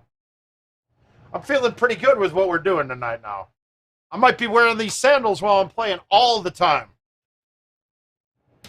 All right, we're qualified now, but what do I got? 434s. We need one more. What? Does anybody have anything up even yet? Let's see where we're at. Oh, wow. All right. I'm 20 strokes in. Hi, Chris. Chris, don't worry. I am looking. I just got to make sure it fits in the schedules. I won't be able to buy a flight until after I get back from Tennessee because I got to wait for something. But my plan is I want to support you guys out there. The Pacific Northwest Open. I'm not sure if King added it to the calendar yet. Did he add? Have you guys seen it scrolling through at the bottom for the Pacific Northwest one? I'm not sure if King added it. Oh, Adam, yeah, I gotta get it. Then that's gonna be one of the ways. Possibly, yeah, probably. I don't know. It's such a risk reward shot, and even when you stick it, I've stuck that green in spots where it was a 3-putt no matter what.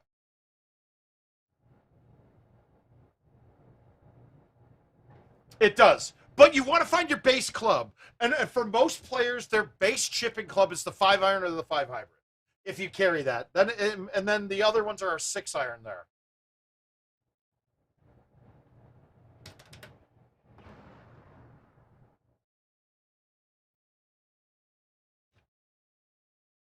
Yeah, Adam, that would have been a little bit. Well, now I'm going to be going for better than par games because I got a feeling if I shoot 1-1 better, I have a feeling that no one's going to touch it this way.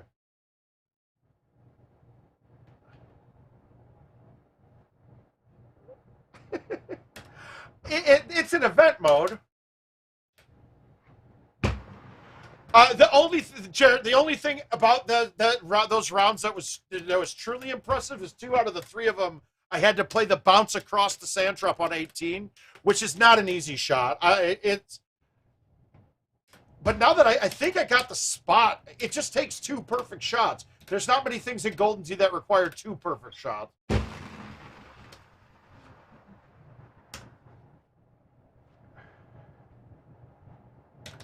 I think this is it if I thumb this straight. Well, Mark, I think I have 0 points in 3 out of my 434s right now. I think I have. I'm gonna. Let's see if I can win the event with 0 points this week. What do you think? That would be sick. That would be something special.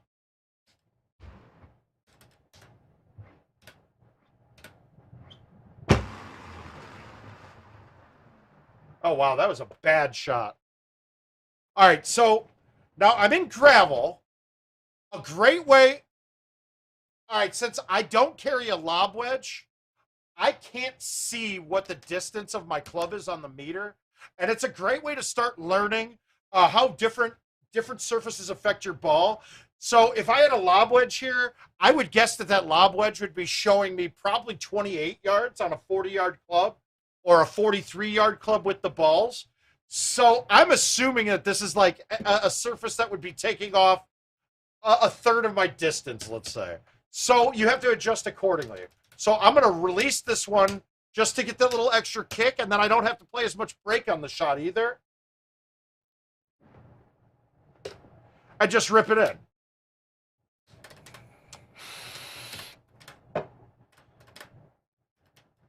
Now for me, now that chip too, for most right-handed players, and actually for most players in general, and this is going to get a little bit deeper than what you're thinking about is starting off with an 11 handicap.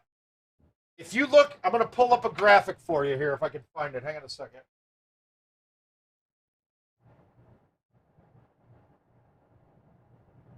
Where is it? No. Sorry, give me 1 second. I'm looking for this damn thing.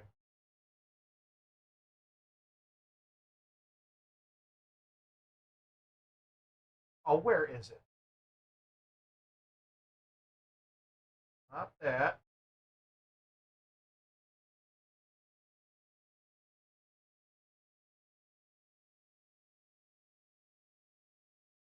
Come on, buddy. Tell me.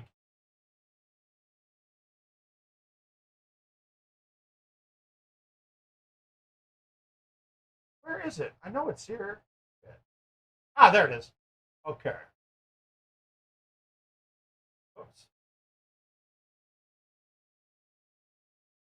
Let's just see. Nah, we don't like that. Go with this.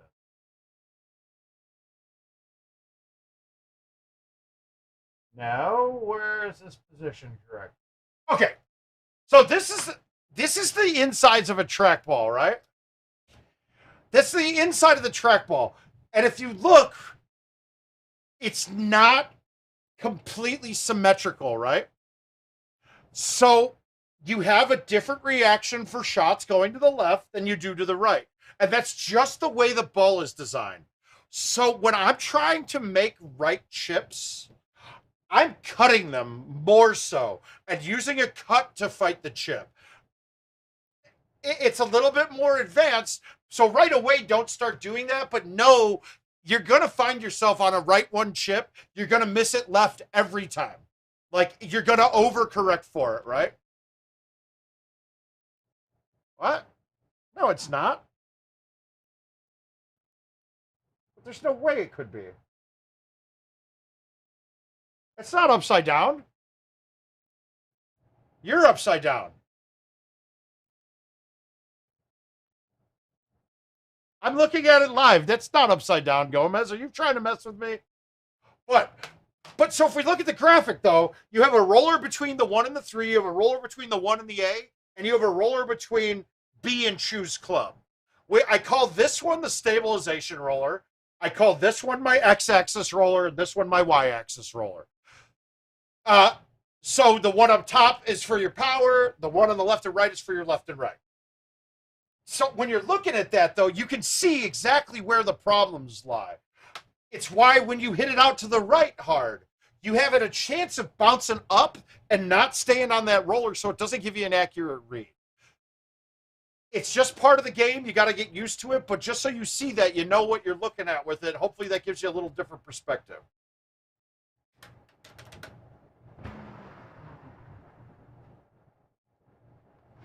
Oh, and so going back to it, the design of the trackball is why a lot of us will, on right chips, we will cut the ball to do it. Because when you're aiming to the left, it's a lot more sensitive.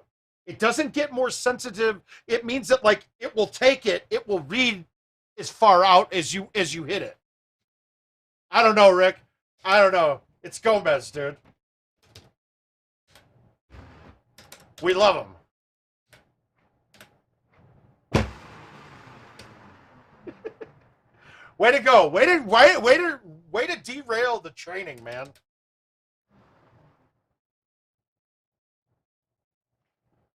Oh, guys, I might be ruining my no points thing here. Is my only. All right, this is going to be risky. I'm going to try to make this. This is going to carry too far. But we're going to try to let this thing trickle. Ah, all right. Good thing we didn't go over the edge.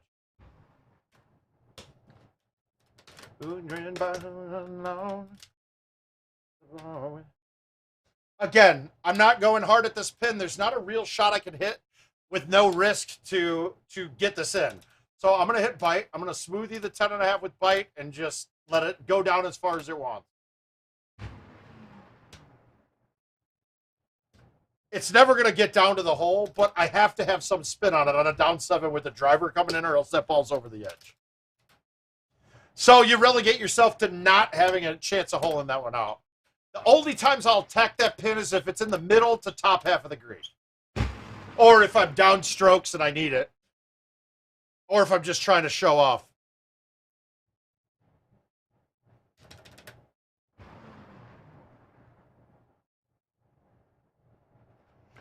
You somehow getting out of. Now, Jared, how bad am I doing the hitch and resetting the swing? I'm trying to not do it as much, but I know I'm doing it just as much. It's become quite a joke. Fucking Gomez. I love you, buddy. And if you notice, like, when I don't say it on the shots, I'm trying to take all risk out for the same reward.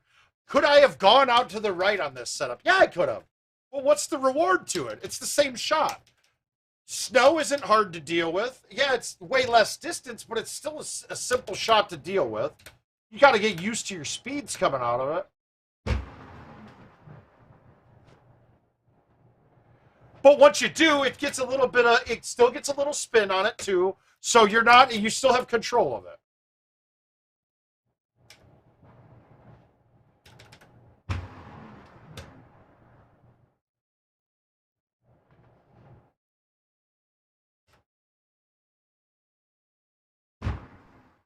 Damn it. Come on.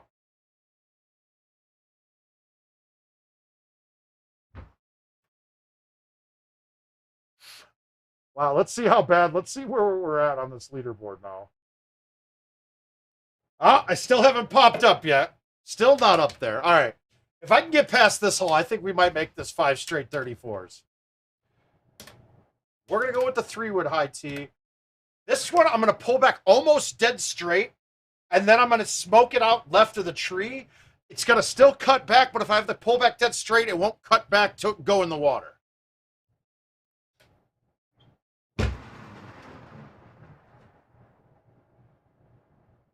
Yep. And I pulled that a click to the left, And when I say a click to the left, I'm saying like one rotation over directionally. You'll get the hang of, you'll start seeing how much a click is, in my opinion, because you'll start realizing that there's certain it's certain degrees that are the smallest amount that you can go. And when I say one click, I'm saying the smallest increments.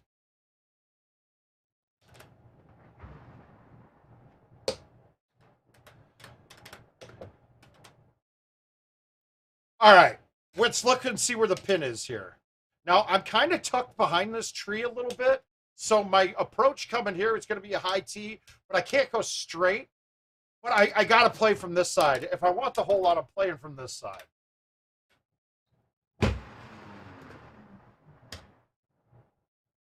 Perfect. We got heavy rough. I'm going to thumb this with release. I didn't get it right enough. Speed-wise, perfect. Line isn't good.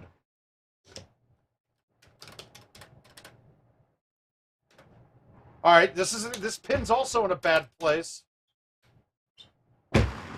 But really, it doesn't matter where the pin is because I'm hitting the same shot off the tee every single time. I don't mind gravel on this look either.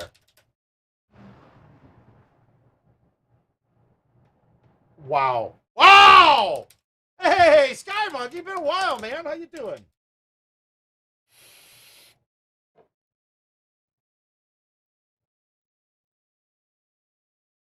I feel like I got kind of robbed there.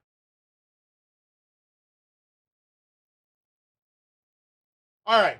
Now, this one, I can't bomb it all the way past, right? I can't bomb it past. So I just got to put it a little bit up and stay in the middle. And I've just fucked that up. God damn it. Okay, I can't get this in. The plan is to go. I don't miss that. I love you guys up there, man. That's a... And that was Biddy talking shit. He was kidding. You know, he's kidding. You know Biddy's going to be there if he gets permission to leave the house. But yeah, I'm going to try to. I love the Arringtons. Fuck, dude. All you guys up there. Tansy, Baki, Jaeger. I'm missing names. Please don't shoot me. But I've had a blast every time I've been there. Even though last time was like the worst flying experience ever, I managed to black out at the bar of the last one within an hour and a half of being there. It was actually impressive. And then I strip teased for Tansy and I tried to dry hump his face. It was incredible. And then passed out in the hallway.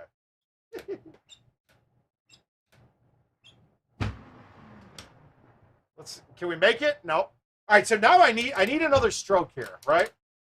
That's terrible to get that one. Just missed that one by an inch. So we're going for hole outs now.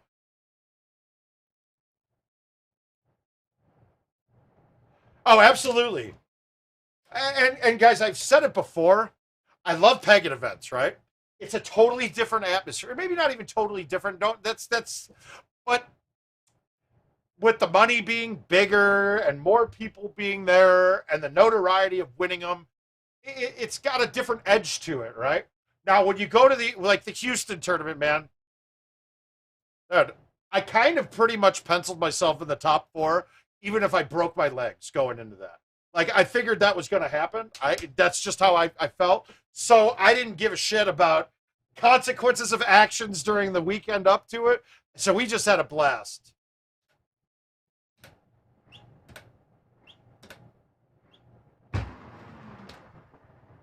I murdered that. Fuck. All right, let's get one. Let's get a sick ace to finish this. All right, wait a minute. This is it. This is the look. This is the look, guys. This has got it. Let's get a super albatross here. What do you think? I think a super albatross would be fantastic.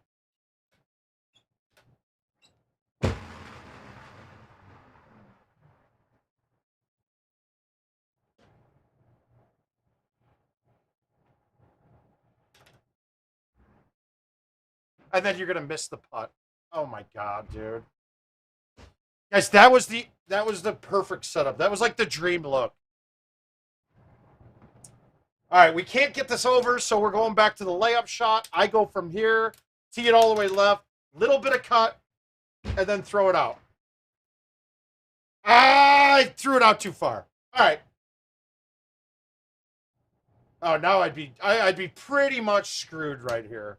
Well, let's just try to get it up.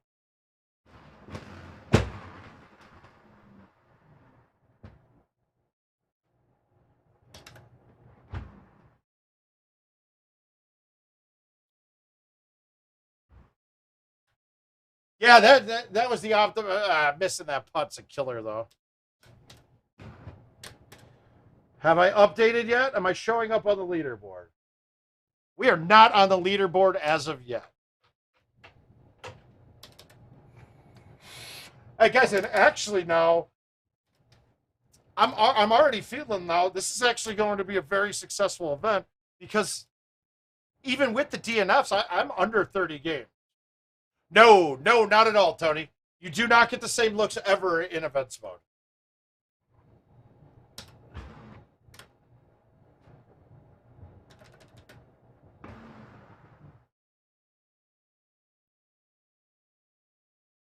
Come on, take off.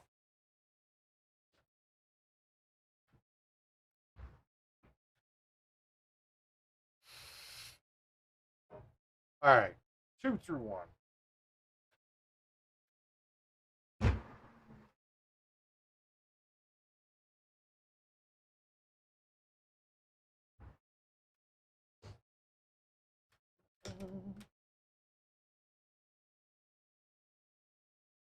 Yeah, we're going to try to go across and just get a judgment call for it.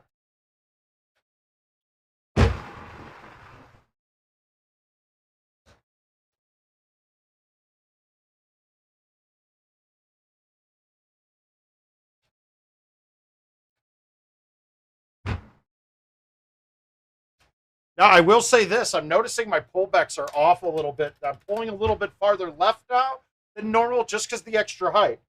So I got to adjust for that. I'm in the corner. All right, this is a perfect look. It looks deep, but it's not. We got 30 yards. We got 25 yards of green that we're going through here.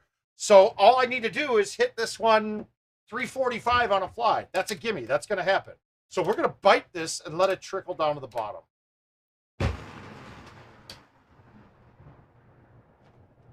At speed-wise, 358. I moved that back, so we're good.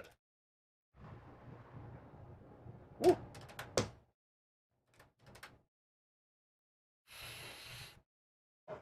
Oh, I'm wearing sandals today, racing. So I'm wearing the shoes while I'm playing at home that I'm wearing when I go to Nashville. I'm trying to get used to it ahead of time. Normally, I played enough commercial that I'd have 50% of my time at the bar playing in the shoes and 50% at home. But I'm only playing at home for the most part. So, and actually, it's kind of more comfortable. But normally I have the Friday at the tournament to get adjusted to it, but I'm not going to get there until late Friday, so I probably won't get any games in before the qualifier.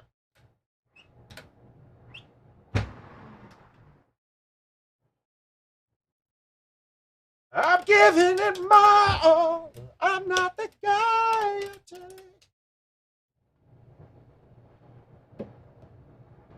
Yeah, I would. One of my problems lately was I have orthotics as well. My feet are all fucked up, right? So, who did it? Who just bombed another one? Yes, we need that man to get hot. Johan needs to get hot, baby. So I was wearing whenever I played commercial, I'd go out and I put my shoes with the orthotics in. Dude, that adds, like 2 inches tall, 2 inches to me. And it was tough to deal with. And then what I realized is my feet were hurting worse with those fucking things in than when I wear these sandals. So we went away from those really fast. I don't know why I hit release there. But you want to keep, Golden Tee is really, you got to be a creature of habit. You get to where you're comfortable doing something, and you keep doing it that way. If it gets real bad, you change it up, but FOD game on Thursday night, right? I don't know what FOD is. Oh, Field of Dreams game. Yeah, it's the 12th. I'm still holding out. God, I can't justify $1,300 a seat. I just can't do it. I want to. I'm really contemplating it.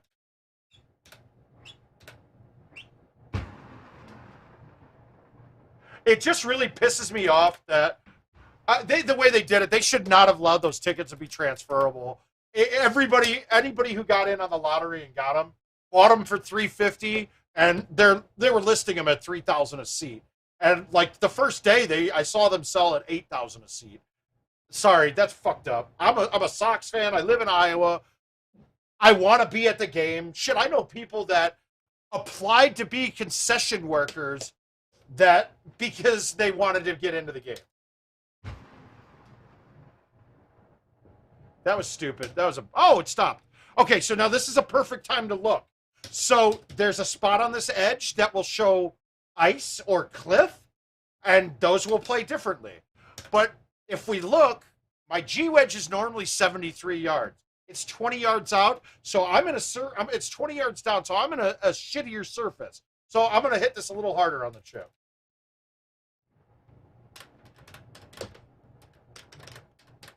And I'm more of a rhythm chipper. So I have one motion on my chips. If I was starting again, I probably would work out getting the pullback, stopping, and then thumbing.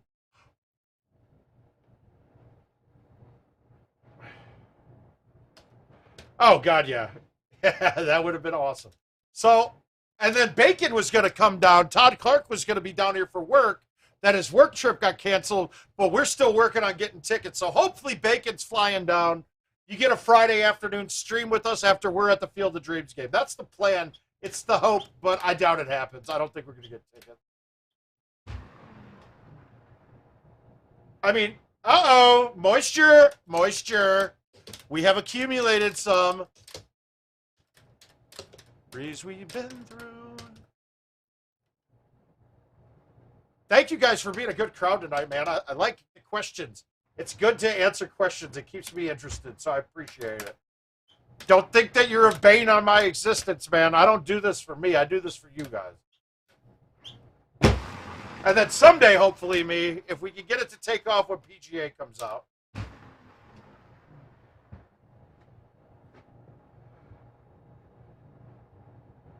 Yeah, the Field of Dreams tickets, yep. I think right now, if I look on StubHub, the cheapest ones are at $1,300.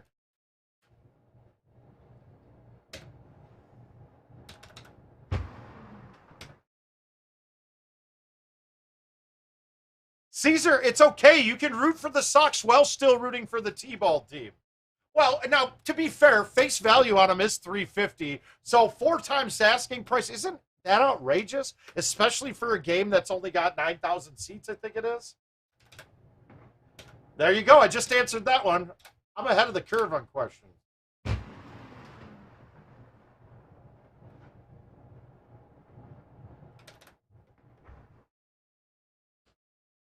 Yeah, it's 8,000 or 9,000. I thought the last I saw was like just short of 9,200. All right. High T 10.5. Be careful. The 10.5 cuts more than the 3 wood. So just know that going in, I barely need to cut this.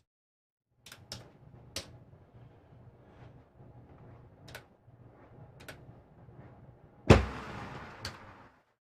didn't cut it enough. Well, apparently barely wasn't enough.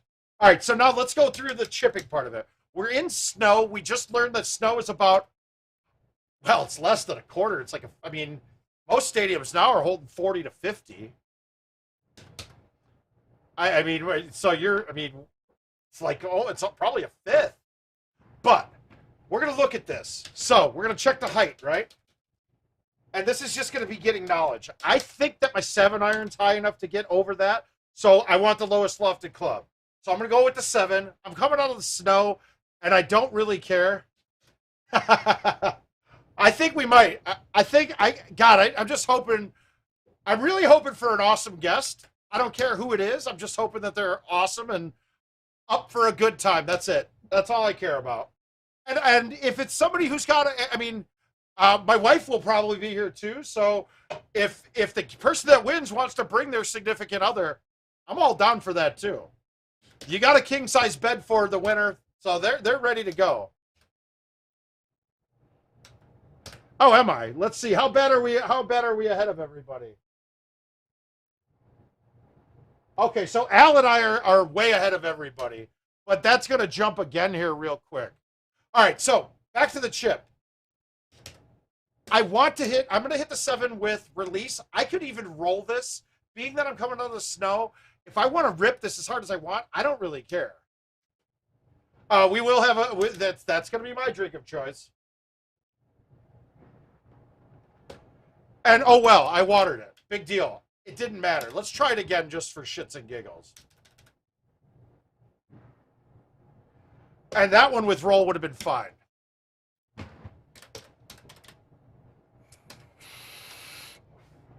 And actually, Puff, we might just go with the good stuff. I have no doubt that we're going to have a champagne toast. All right, let's get one more of these, and then I got to switch over to invites because I know I have a couple about to expire. And guys, if you send a friend request, for some reason the notification for friends requests on the app never come through. All right, I got one. Jared, I got yours. Oh, you live in... Jared, have you gone down to a place called Aromas in Jacksonville? It's actually a Peggett Machines. I don't know if they still have them down there, but that's where I learned to hate playing in Florida. But I went down there and played with Eversole and McCook there back in the day. But I have to figure out somebody to delete, so...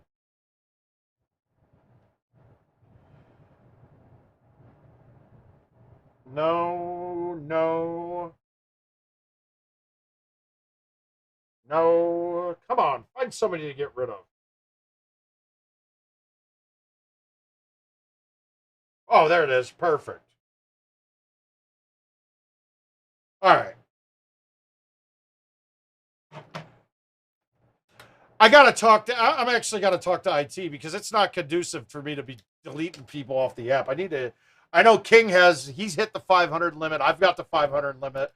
We need to get that up to 1,000 limit. I want to have everybody as my friend. But guys, so I accepted your invite, Jarrett. Don't hesitate, man. Use me as a resource, dude. Abuse me. I'll tell you when you've gone too far. We'll have a safe word and everything for you. It's okay.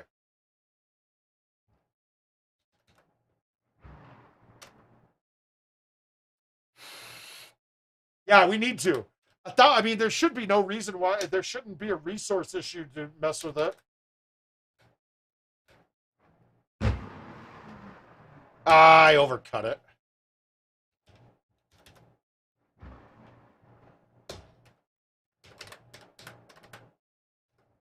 No, Mark. I actually deleted a female off of there.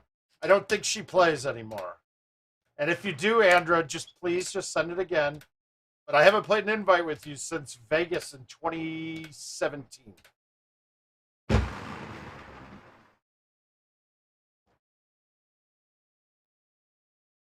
Gomez, I think that might be your best savings account ever if I deleted you from a friend. I mean, that's like $50 a month.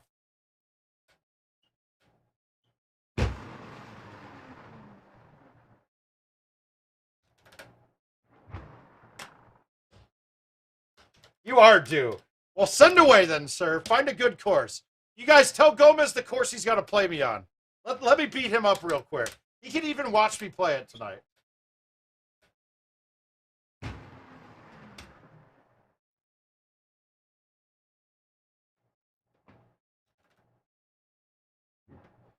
I knew I missed that. Oh, that was bad. That was bad. All right. Well, we're going to sit there with that 168, just knowing that means kangaroo it is. Let's do it.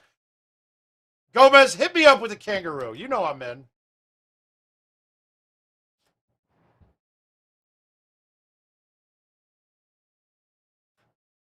Somebody got... All right, let's see what we got. Al, I just went on a run of 434s or 334s in a row. And then the next game, I stuck Volcano 18, or Volcano. I missed the putt. All right. All right, we're starting on Monty. Oh, good one. All right, tournament game. Here we go.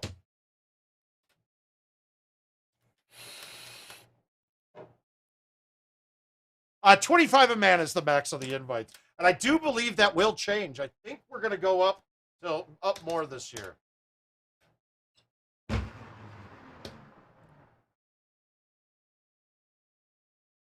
But winning $50 at a game, I think, it covers them on a lot of states' laws.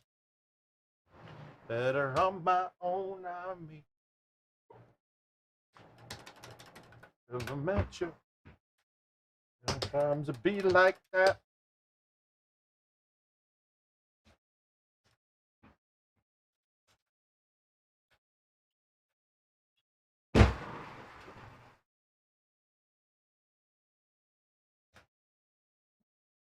All right, 108. I should get the 125-foot putter, so this is going to turbo. Oh, God.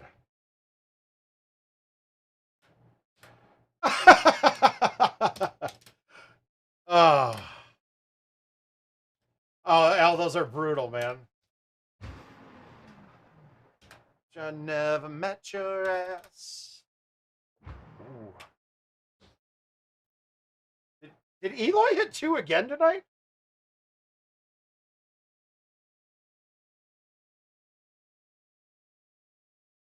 Oh, he did. Wow. Wow. Wow. That's awesome. Fucking Eloy. All right, we're invites. Pending. All right, let's get all these. We got a Matt B. Matty, how you doing tonight? I know I saw you in there earlier. Sorry, in the basement, the GPS just doesn't pick up as easily. All right, that won't get all the way down.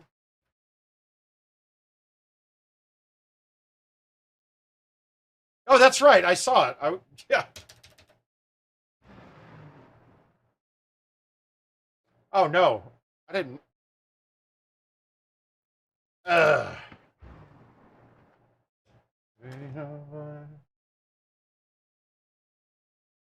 All right, there's Matt. You're accepted. We got a Celtic here. Matt. Oh, Matt. It's all Matt. We got some LBR games here. Let's get that accepted. And then we got the Max. We got a Kangaroo Max. We're going to play that next. Then we got to play Twig's game, too. Forgot about that.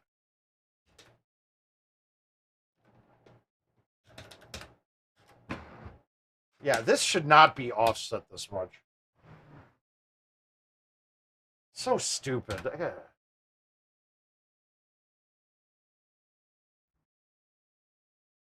So phenomenon.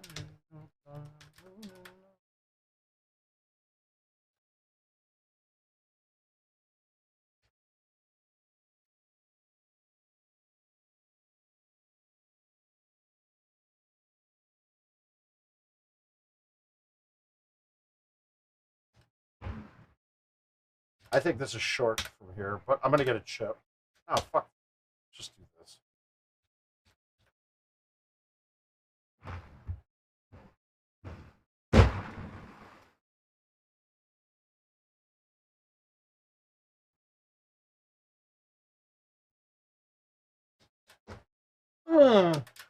Are you happy in this modern world?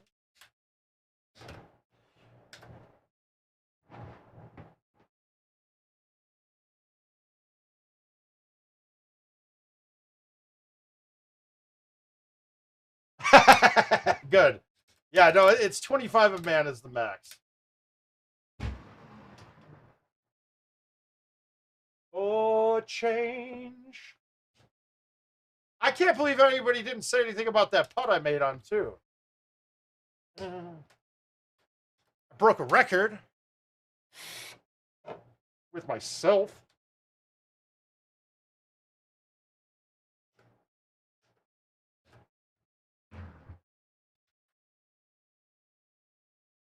Are you trying to...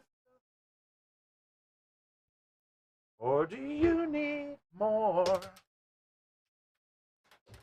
Ain't it hard keeping it so hardcore? Thanks, Matt. Sorry, I need the pat to the back, guys.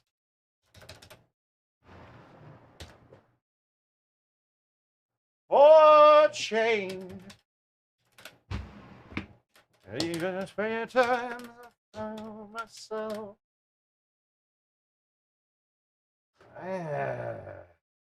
All right, here it is.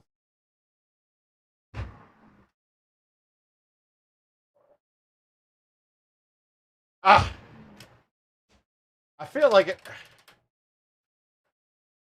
Oh, all right.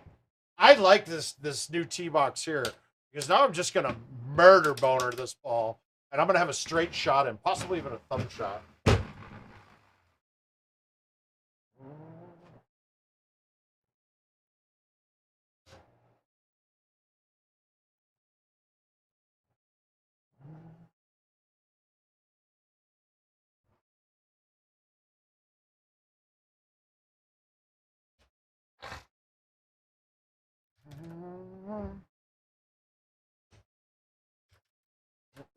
I'm on the tee. I don't like this shot though. This is gonna be when I fuck up a lot.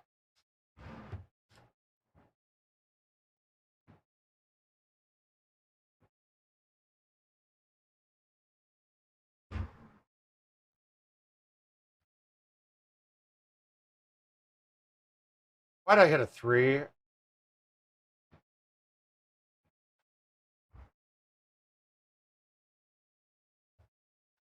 Mother balls. God damn it. Why'd I get so greedy? A 4 would have been perfect. I'm trying to ace a shot that I should just stick. That was stupid. Stupid, stupid, stupid.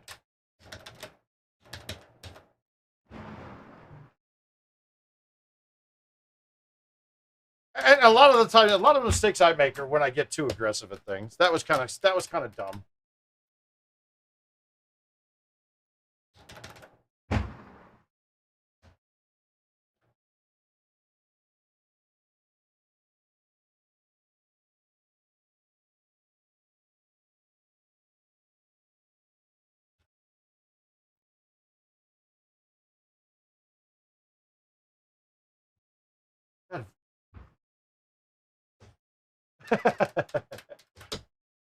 Dude, I don't even know what I'm saying half the time, dude. Just so you know this, I don't know what I'm saying. It's just straight off the cuff.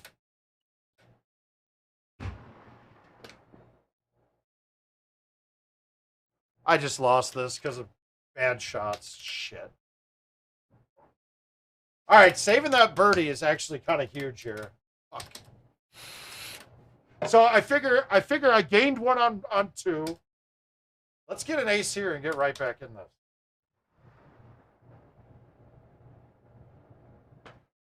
Right back in it. I gotta see that again. That almost didn't get up.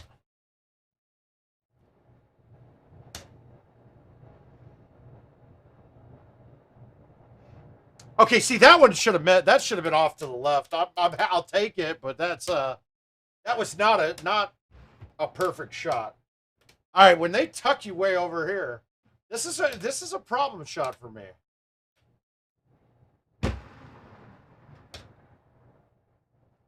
Well, not too bad of a problem, I guess.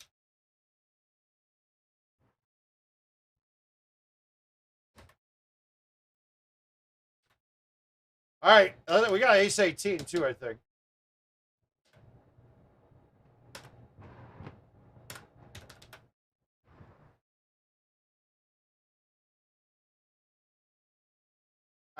No bite spin, and that's got a chance. That was too easy of a look, though. All right, yeah, goddamn, a 29 with fucking 2 water balls. That should have been a 32 going away. God damn. All right, let's play. We're gonna play Gomez now. Let's get him.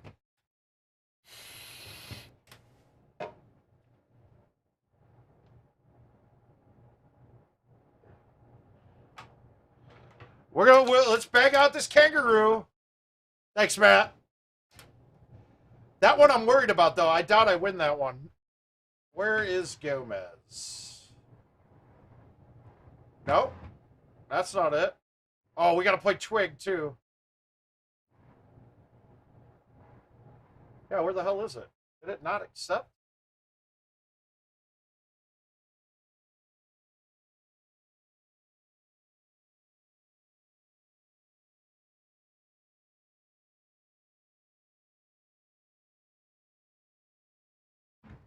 I don't. No. No. I don't see it.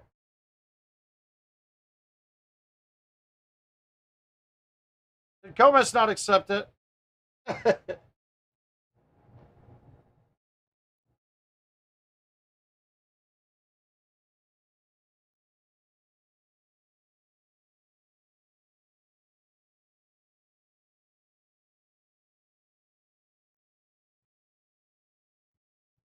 Yeah, you have to accept it, Gomez. You haven't accepted it yet. So I'm gonna play this other. I want to play this other one. I'm gonna play this handicap match. I believe I'm playing Steve Beatty here, and I have to give him a stroke.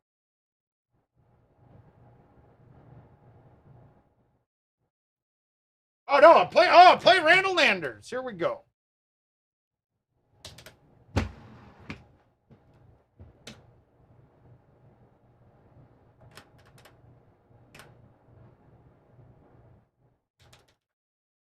All right, good. We'll get it next.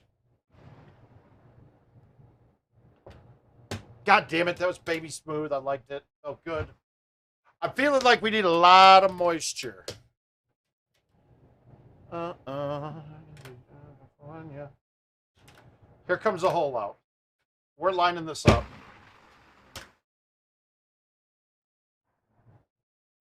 All right, so now I don't know if it's lined up. This is the problem. We're going to pretend like this is dead straight. And I sprayed it left a click. So we're done. That's it. Game over.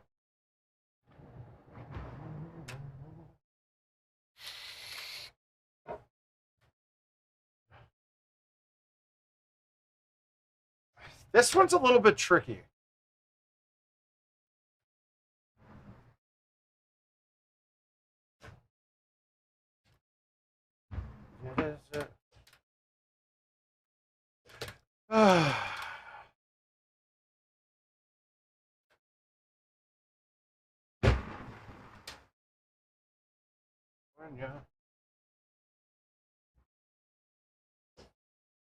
Let's get it. Let's get it.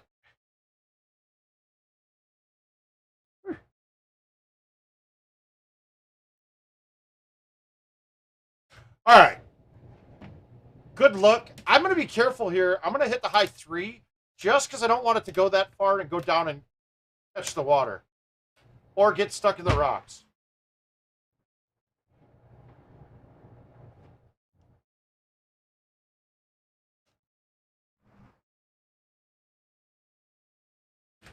Fucking stupid, Mark. Why did I backspin that? I know the 6 went short. It's so weird seeing Eloy with only 5 home runs on the year. Todd, you can hit a 9.5 or 8.5 driver between the 2 trees into the hill. It kicks up nice.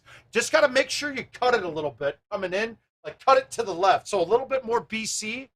Because the bounce, if you hit it too straight, the bounce goes hard to the right then. So you need to have the curve coming in like this. That was a layup, basically, guys. I was scared that I was going to thumb that and pull that right over the edge. Now, in Houston, we were playing a pretty substantial money game. I think we were playing like 5 through 25, and Oliver canned it with a full. It's a dumber shot to me, and I don't like the risk.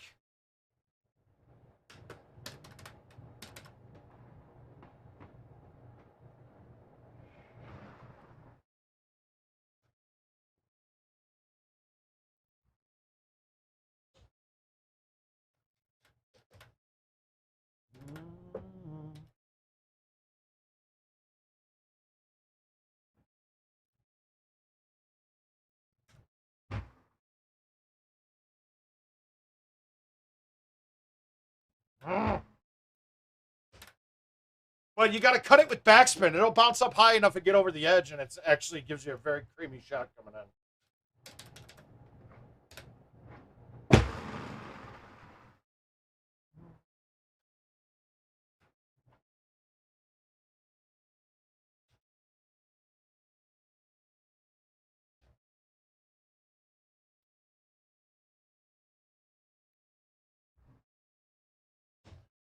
the ground. All right, so it's 352, right? This tells me that I can hit a 10.5 with release. Now, I laid off of it a little bit because I know we're going downhill on that shot. And really short would never be too short. So why not? Lay off of it, release it, let it use the green instead of anything else.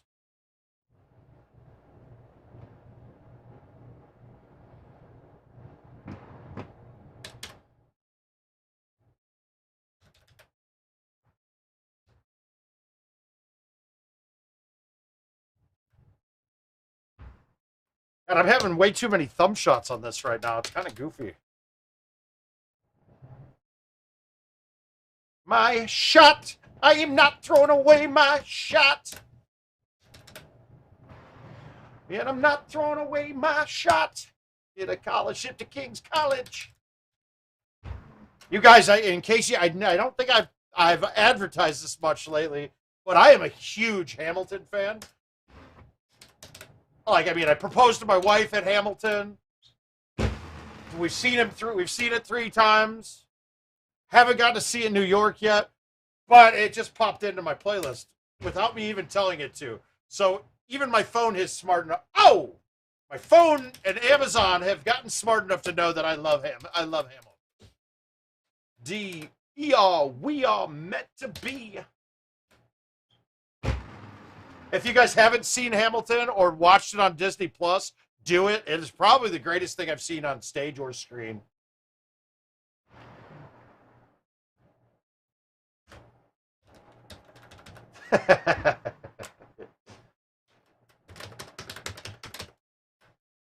Life sets us free. Eventually, you'll see my ascendancy. It is genius, though. I mean, it is just straight genius. The whole damn thing is. Ugh.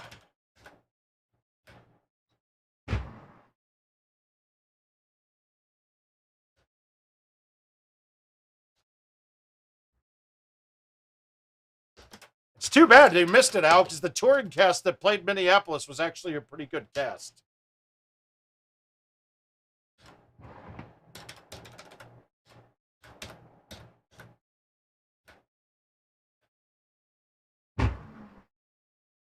I think the next one we're going to see is either New York or see it in London, which is going to be weird, like the English doing it.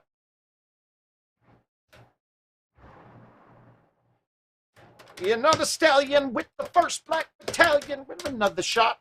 Says, so your voices, you stay out of trouble and you double your choices.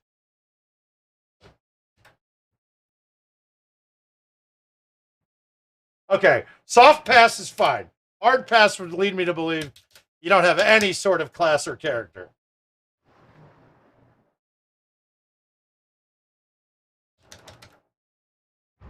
Some wisdom's like it or not. Revolutionary.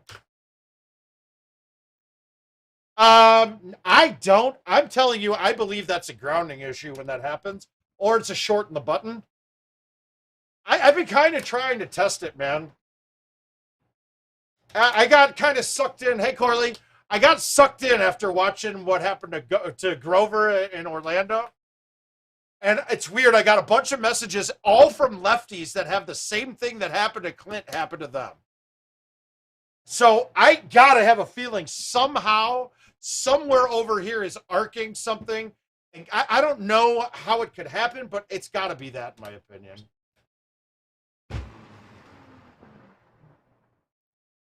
Yeah. Oh. All right. Hey, I can't. I'll take clean on that. That's fine. Yeah, rise up. When you're living on your knees, you rise up. So tropical, I use the same 3-driver bag that I use on the other courses. On my.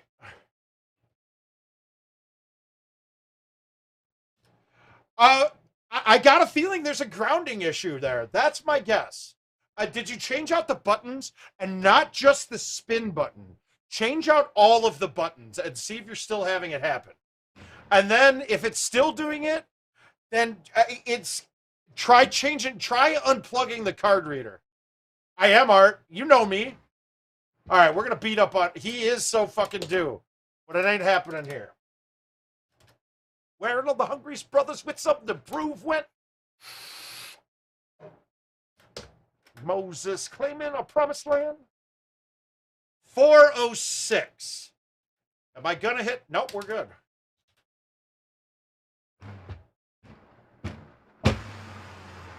No, see, I got the. Oh, watch this bounce. Gomez, you better be due. Oh, it missed it.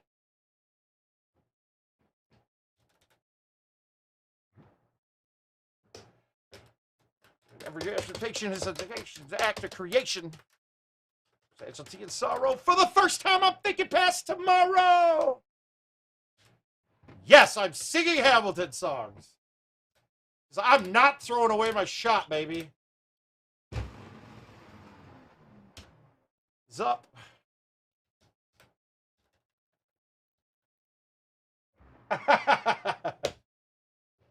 Yeah, that's the court. You got to look at your ROI.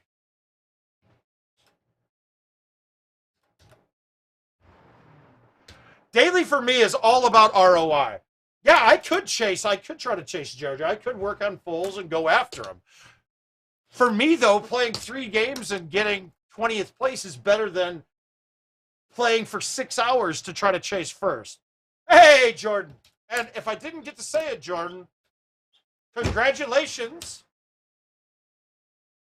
on your World Championship spot, bro. We're all excited for you.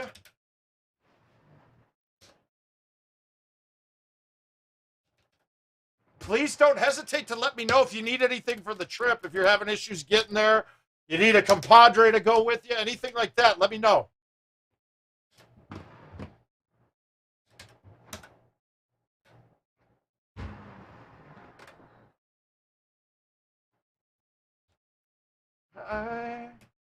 In case you guys don't know, this is Jordan Scott. He just got the 3rd week. He got 3rd week in. He's in the Mobile World Championships now, so we're actually proud of him, man. Uh-oh.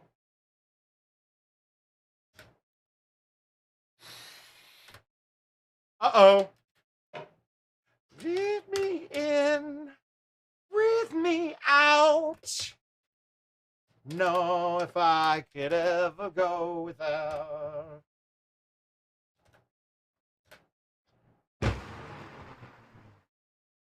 Well, hello, Ricky Bobby.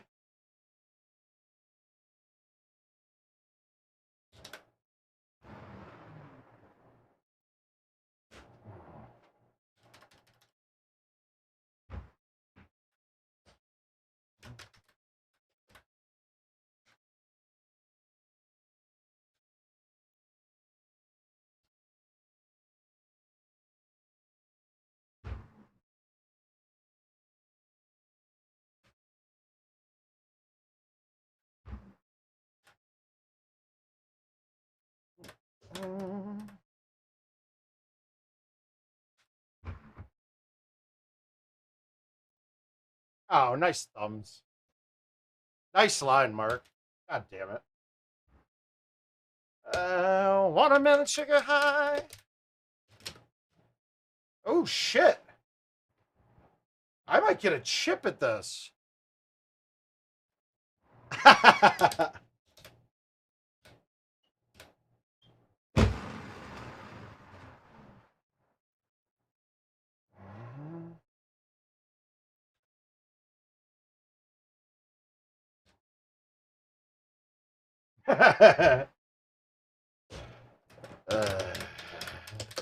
No, I'm only on a 31 right now, dude.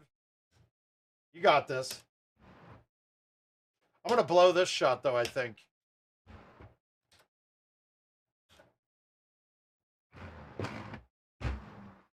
Nope, it turned enough. Good.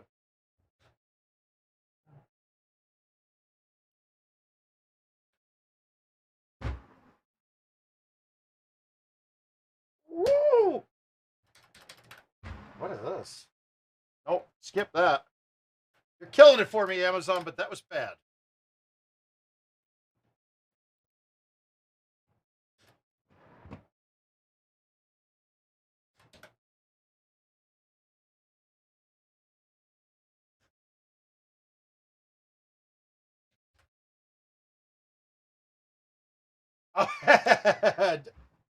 Hey, dude, don't we all? Half the time I need help hitting them. I've gotten in a little bit of a rhythm tonight, though, so we're feeling pretty good.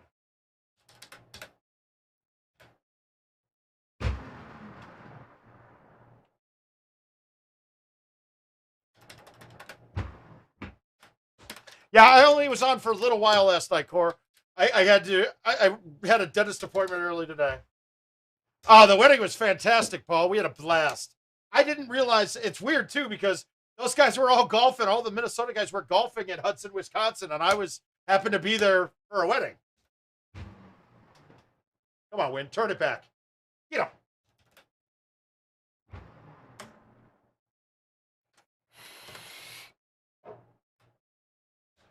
Jill had a really good time.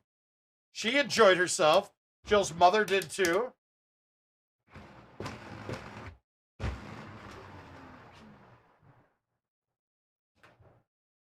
Keep popping. All right, I got to play around this. I can't go at this.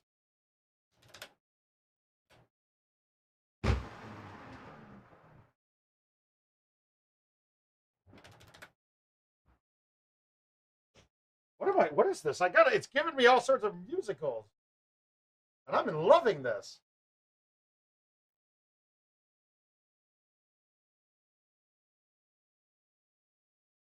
Ugh. Do I risk it? Do I risk maybe having a chip at this? Oh, I don't have a lot of green to work with. It's actually a ridiculously good setup, Mark.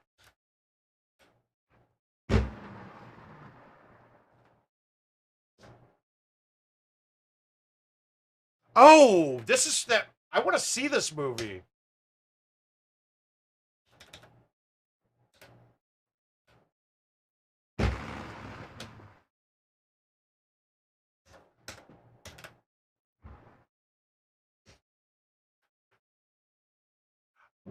Uh, it will probably be 3-man racing. Now, I don't know how many machines they have total, but okay, so if you think of it this way, right?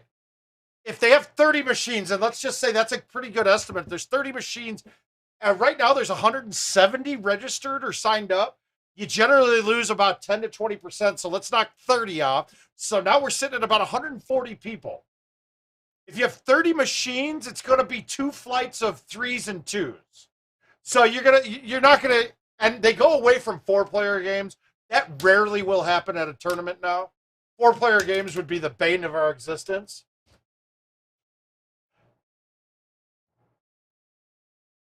All right, so okay, so if we get 30 machines, you're looking at a groups of 2 and 3 for 2 flights. Let's say you give, I mean, you're 15 minutes a person. That's kind of low, but 15 minutes a person. So you're looking at 45-minute games. So yeah, you're looking at every 2 hours you're playing a game. It's generally 10 to 20% though, Al. Through the history of tournaments, that would have been a statistical anomaly.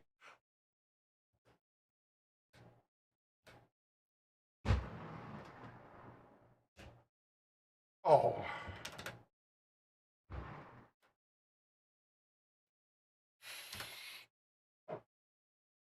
All right, let's stick this 18th hole pain in the ass.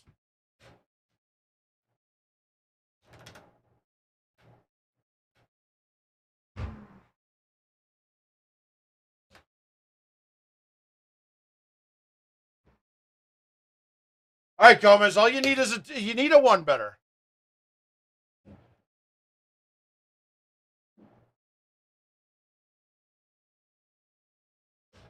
Sorry, Mark. The worst part is now I have to give Twig an extra stroke on this next game. Yeah, yeah.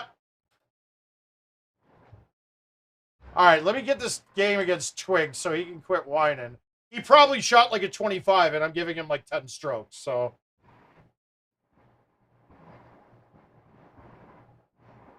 Where is it? It's Baja. All right, let me get this out of the way.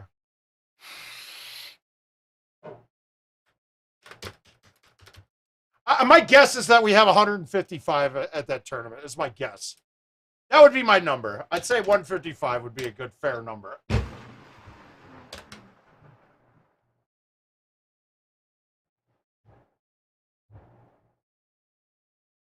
Fuck.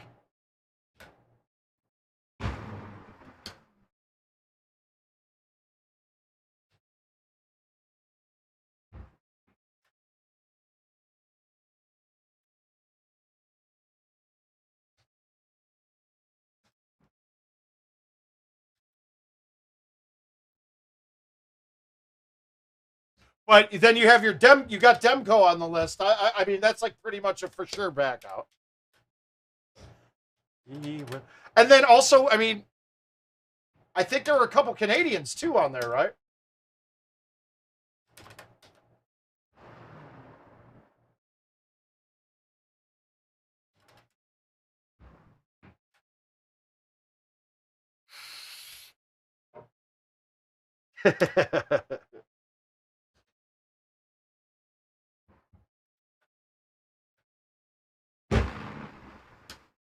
I mean, you can account for Demko being like 3 of 3 people backing out, guaranteed. That's a guarantee.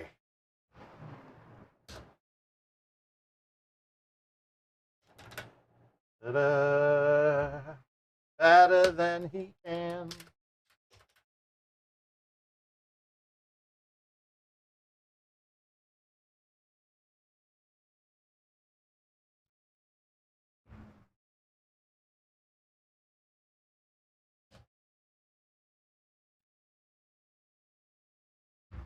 Oh, she's your wife's going?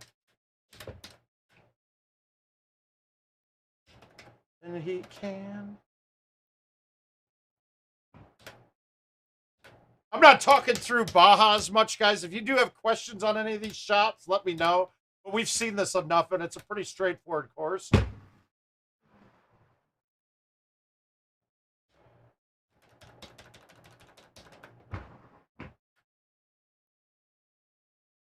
Oh, wow.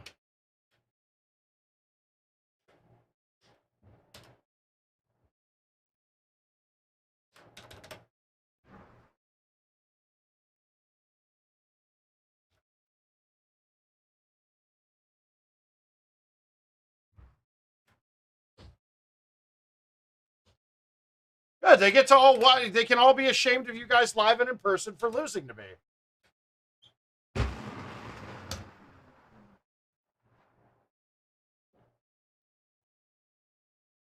Any girl then. Fuck.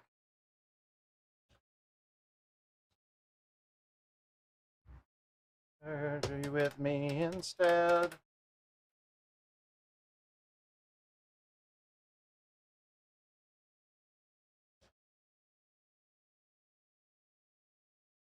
All right, we'll look at 13 for sure, Jason. How you doing, sir?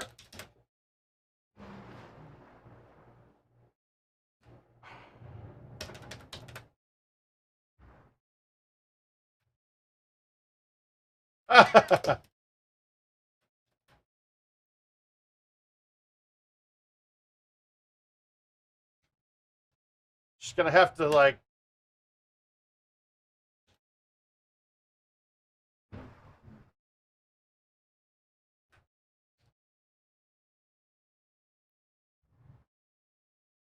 Al, she's gonna have to watch you play 2 games when I walk away for your score to beat me.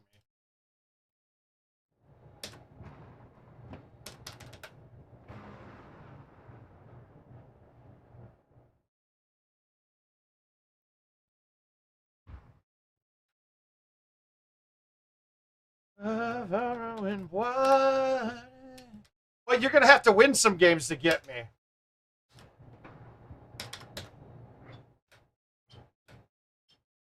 Well, I don't play any fulls on this course.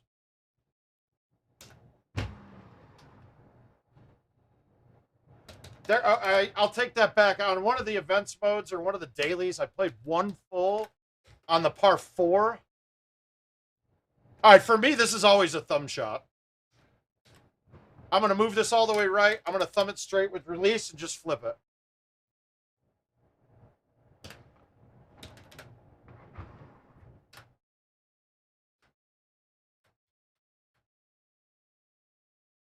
Oh, I got you. On that hole, I'm almost always playing a thumb shot. Honestly, almost every par three, I'm going to basically tell you thumb shot.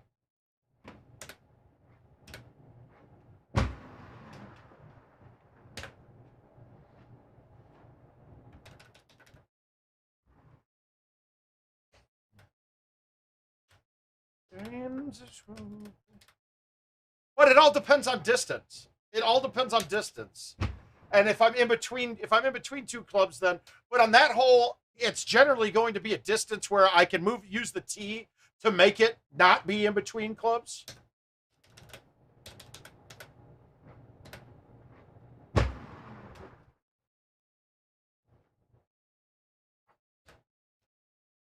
Oh, lots. Oh, Paige Spiranak. Keep it going, girl.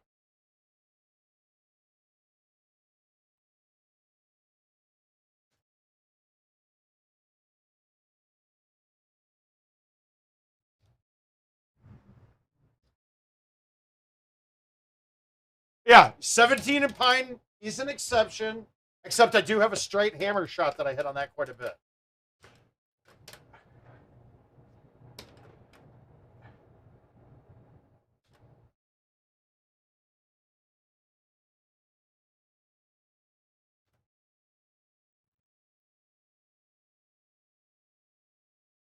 Mm.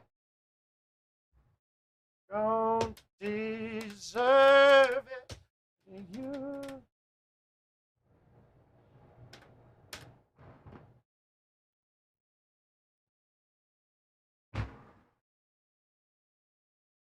Guys, the only reason I hit that is because I know I need to ace that. I needed to ace it. I would have just stuck it normally and trickled it down, but I'm sure by how he was whining to get me to play, I'm sure he shot a good game, and I don't think it matters.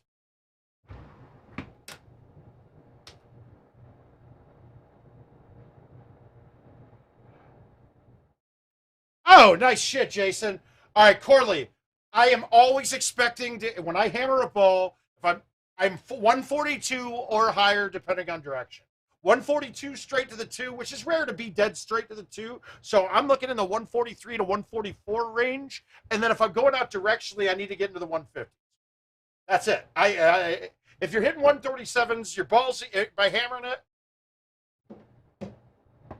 the Peggett site's only paid people on there that registered through the website.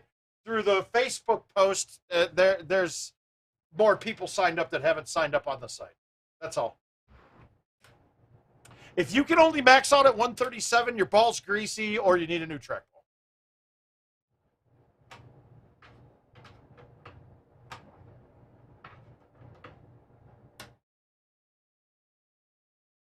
God damn, you guys have kept me. I didn't even realize it. All right, we got one dares. Let's get some of these out of the way. What are we fun ones we got? All right, let's go Cumberland.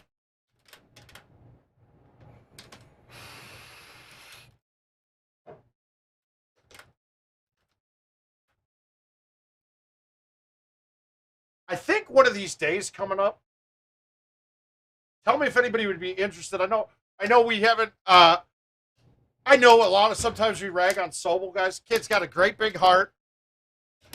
And I'm going to flat out say this right now that we would not have Golden Tee right now if it wasn't for power events.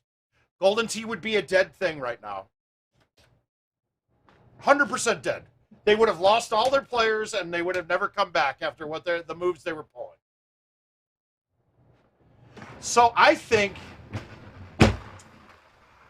I was gonna help try to design their website for them, but what they're doing, they're getting into a lot of database stuff that I'm not really good with the functionality of it, and I don't really want to teach myself.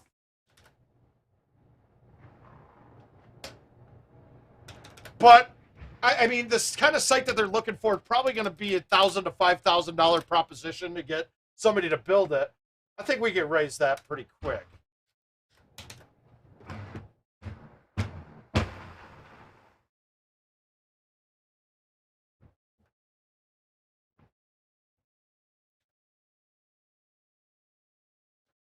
Fuck.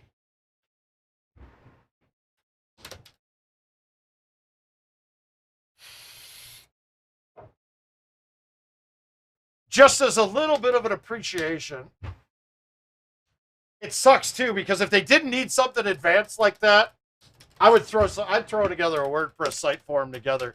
But it's going to take a lot of custom coding in there that I'm not good enough with, and really, it would piss me off so much when I can't get shit to work.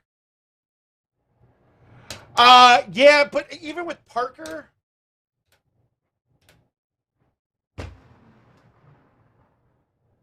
it's still it's more work than what Parker would want to put into it. It's that he could do it, yes, but you also want, and the way Parker designs, like, I think he did a lot of custom coding and writing a bunch of custom scripts. So I don't know how easy it is for him, or the updating to. Without him, is the site basically dead? And I think that's a yes. If you have a good enough developer that uses I mean, really, if he uses a good WordPress theme or designs one for him, it's really easy for them to teach themselves how to run updates on it.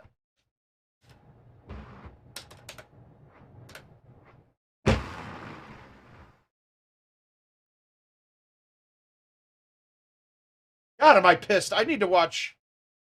Hey, Jason, how you doing, bud?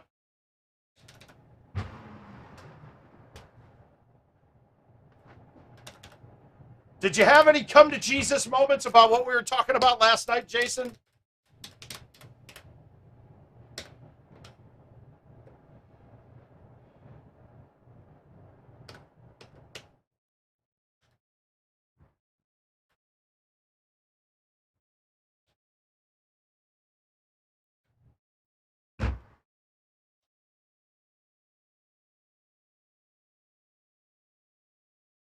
Oh, good man. Good man.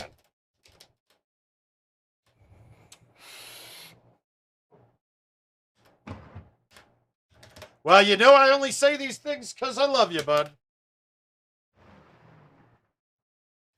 Oh, that's fucked up.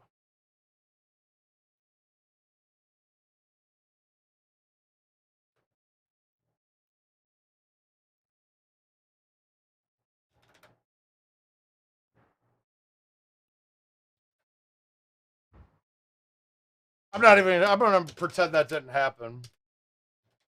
It was all me. I changed the club. That was bad. And I didn't notice it.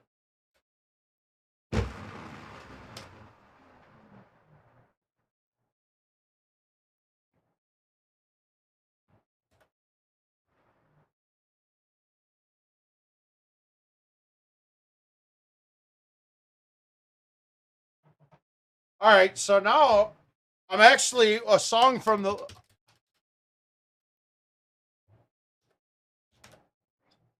That's a good man. Yeah, just play the game. Be entertaining. Don't need gimmicks. People will come.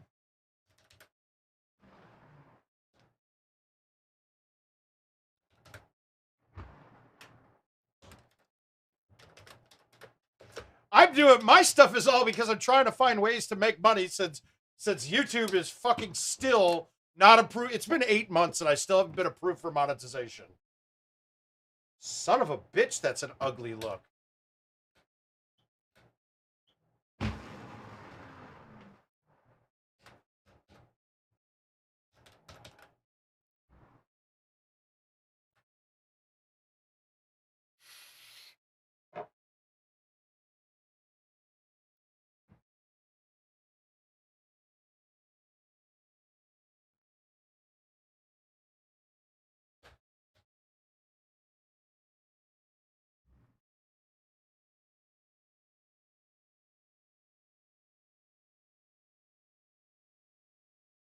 All right, dude, I think I found my next play, though. This In the Heights is fucking amazing. The songs are amazing so far.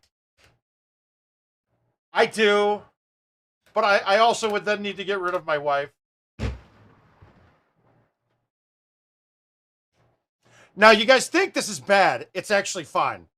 Because the club that I'm going to hit that gets over will actually stay under the tree. Ooh, do I want to do... All right, fuck that. Actually, I'm going to murder this and go through the tree.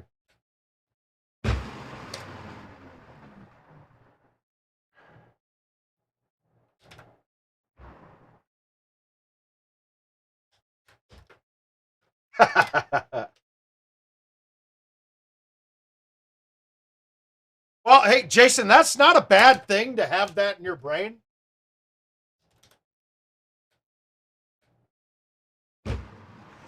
I mean, that's a good thing to recognize when people have done nice things for you. But just pay it forward, man. You're fine. Your entertainment is why they do things for them.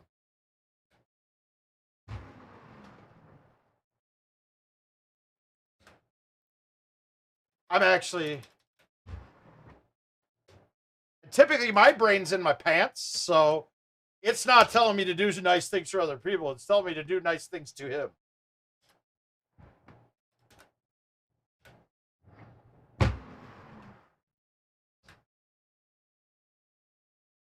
It's time to go.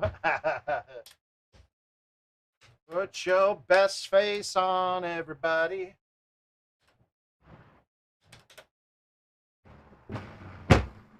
Let's go. Did I just overdo that? No, we're good. We're good. We're good.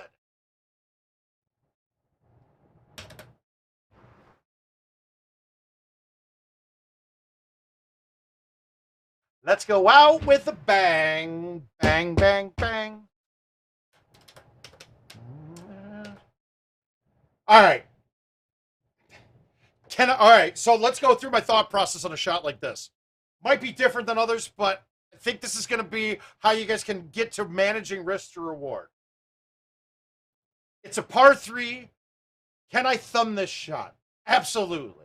How am I going to do it? If I thumb this with backspin, right? Good man, that's all we're looking for. But, well, good. This is a great starting point, right? This is a great way. Let's just change how we're visualizing our shots, right? So, can I thumb this to make it? All right, if I backspin thumb this shot, it's coming back over the edge. Could it go in? It might be able to one hop in. Not the right shot. Can I thumb it with bite? If I thumb it with bite, it's never coming back enough. I'd have to play it too soft and too much touch near the edge in order to make it. Okay, so 8 iron, out. 7 iron. Can I thumb this? That's awful close to going over the edge. If I hit short enough, it means I took enough off of it that I'm not going to back it up to fight the 7, to get up through the 7. So, low T7 thumb. Perfect. Now, how to play the wind. 5.5 cross. We got a left 4 on a down 7. So that left 4, when it's coming back up the hill, it's going to slow down and dip like a left 6. So I kind of need this to get this in like a missile. So now, can I use a T to thumb it straight? The answer on this one, no from here. I can turn right one, though, and move it back left. And now I can thumb it almost straight. I'm going to thumb it a little left. But this is it. This is my shot now. I'm going to thumb it a little left. Now, this isn't as precise as using the T-box to fight the wind, but this is going to work. I'm going to thumb this hard, straight, a little bit left.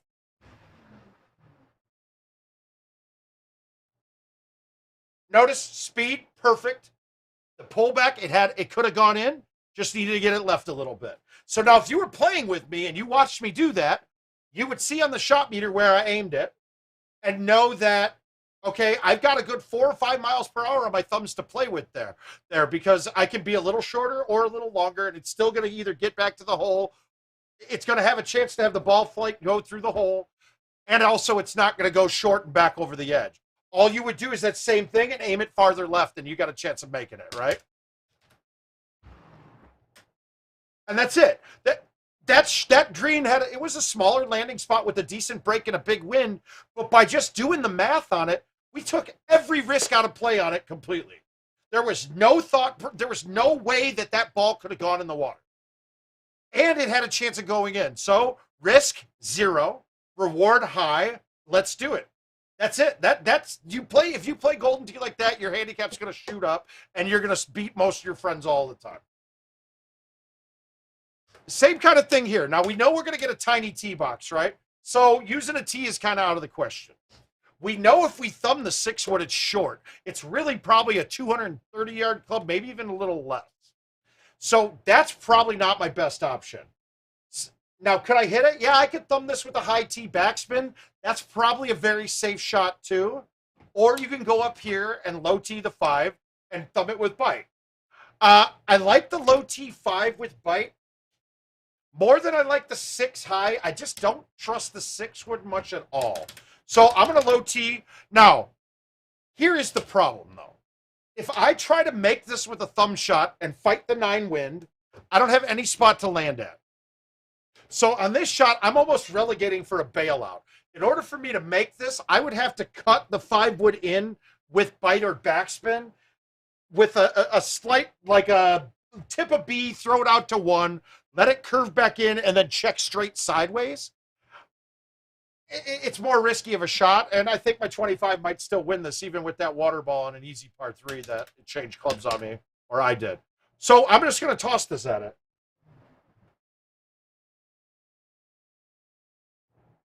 Now, I got more aggressive than I should have there, but I mean, 81 is going to be the low end of my thumbs. I wasn't going long with thumbs. I could have thumbed that as hard as possible and never flown that green.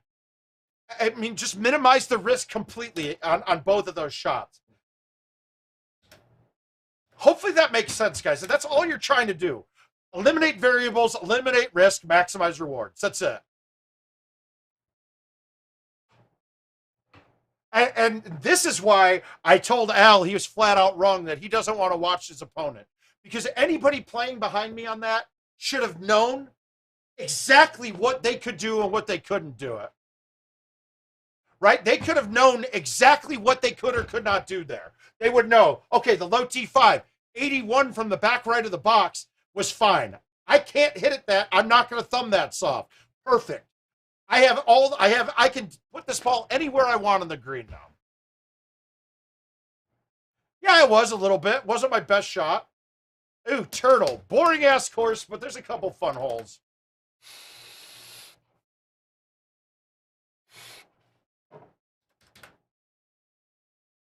And guys, I gotta say, I'm totally guilty of it too. Like, I don't watch my opponent's shots enough to get the info on it. Now, if it was Worlds or something like that, I'd probably be watching a lot harder. But in general, I don't do it enough. And it's stupid of me, to be quite frank. Because the fact that most of us are playing stouts at tournaments now, I can get every piece of information I need depending. All right, we'll go for a 28. We got to start right here, though, Tony. True, Al. I know my thumb distance, but shots with different heights, different winds. How is it going to affect on this given hole? You know, I wanna see, because the fact is, I have the exact data of it. It doesn't matter what my thumb distance is. I can also use that to go, okay, his shot was 81. He clipped the hill and was a little right. If I move this tee from the back right, move it to the left about 10 feet, then I'm good, you know, like, and those were just examples.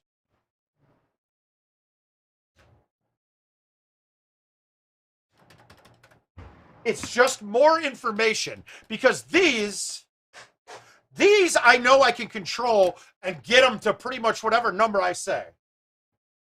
So if I get that piece of information that tells me a bounce goes this way on this hole with this wind, like, that's huge with stouts. It's why, it's why events mode.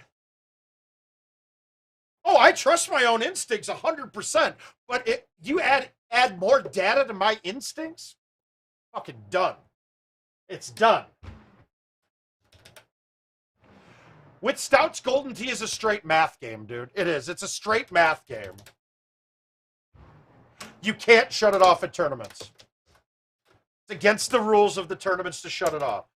Stenmark was the one who would shut it off, which even then he played different clubs and balls than anybody.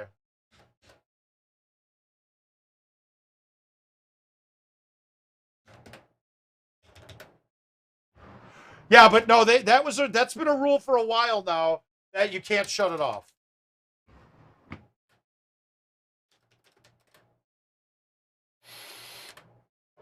But like, for decades of tournament play, if I was the higher seed, I'd always go first before the shot meter.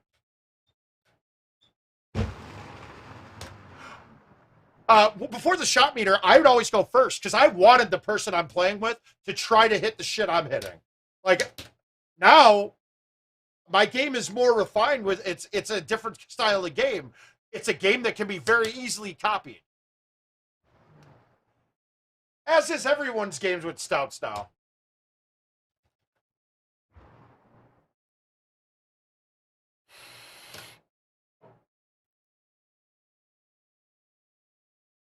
So, like, on a shot like this, right? If you're following me, all right, I'm moving it all the way right. I'm low-teeing this and thumbing it with release. Okay, all you'd have to do here, I thumbed that dead straight at 80, moved it to the back right-hand corner. All you had to do there is thumb it dead straight, and you got a range between 79 and 83 that'll keep the same line. And since the speed was right, that it was rolling through the hole, all you'd have to do is move that in a click off the back right-hand corner, and that's in the hole.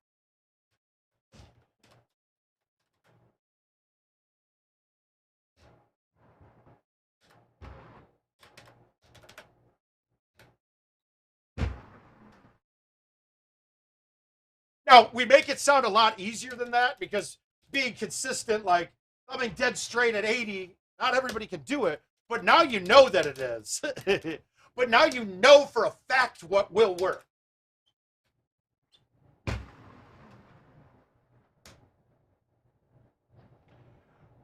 Correct. And the elevation, yeah.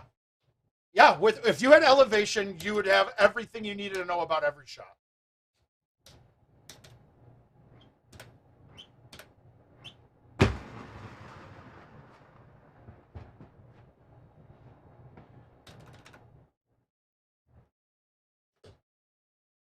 Now, there is one part in there, too.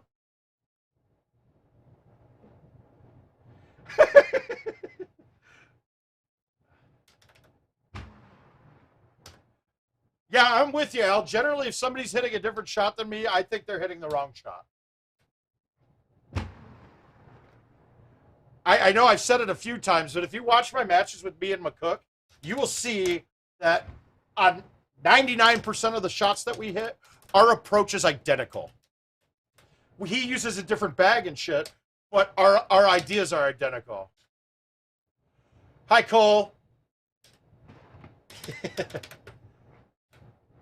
Yeah, it's mythical, legendary. It's there.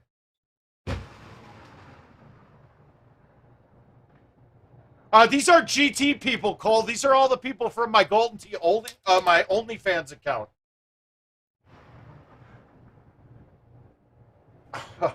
So it's a different group, man.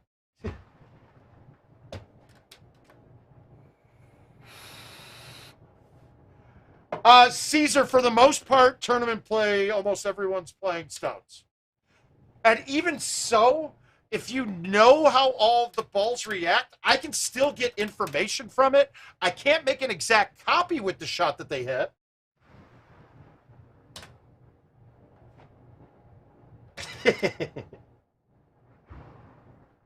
Send each little battalion to remind.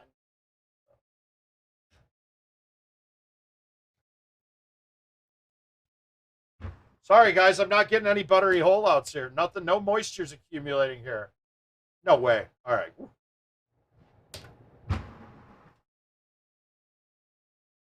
Oh.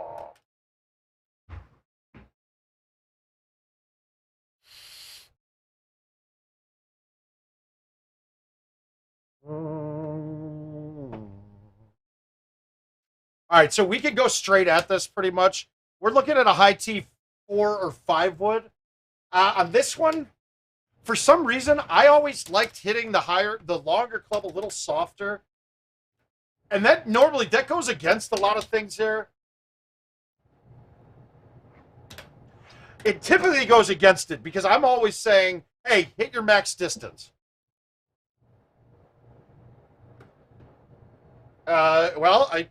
Jason, that's just the comfort. That's the comfort level, man. It's like Racing's talking about, he's going to his first tournament in Nashville. And I guarantee you he averages at least 2 missed putts around. It just happens, guys. When you go to your first event, everything's a little different. Humidity, temperature, Ball, grease, balls, everything.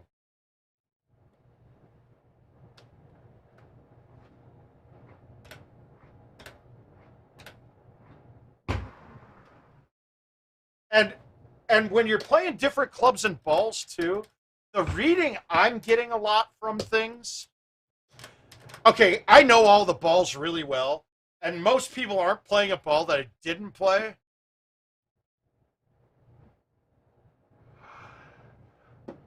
Well, it's pretty dramatic, right? It's pretty dramatic. It's almost all of the spin.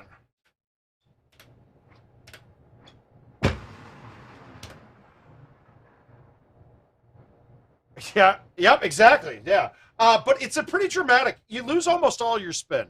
Now, you'll start seeing that your irons don't lose as much, but they'll still lose it. Uh, Generally, I'm using spin to just change the amount a little bit, right? You just I'm just trying to change my angles coming in a little bit with the spins on high tees, and I'm trying to change how it releases on the green. Or if I'm high teeing something on a down green,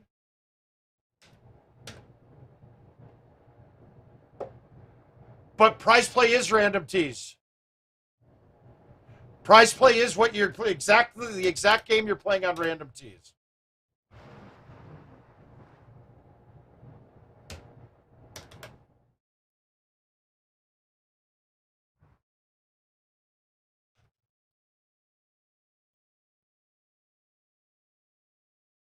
Yes, exactly. So I'll use a high tee on a shot that I need it to trickle down the.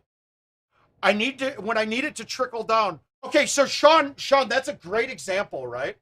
And so when Sean and I were playing, I don't even know if it was him or me, but we both started losing distance on our shots. Now, in a match, I would have gone and washed my hands at that point in time, but my opponent might not have necessarily. So now I need to use that information the rest of the round and know, okay, when I'm thumbing, I'm losing 5 miles per hour of my thumbs due to ball oil.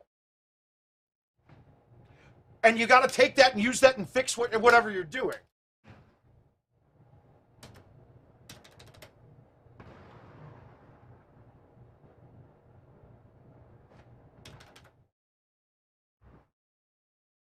But one of the things that I use the high tee for, okay, if let's say I'm going into an up 10 green with water in front of me.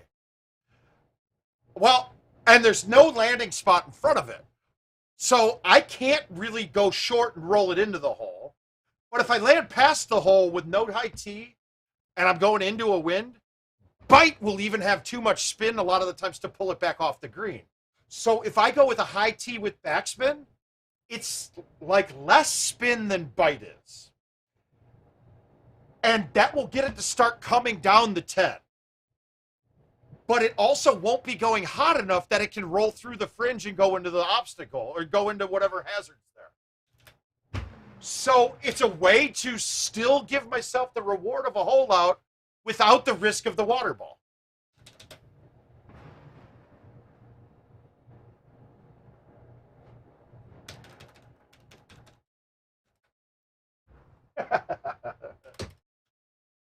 Oh, God, the analogies tonight are flowing like wine, dude. The women are instinctively flocking like the salmon of Capistrano.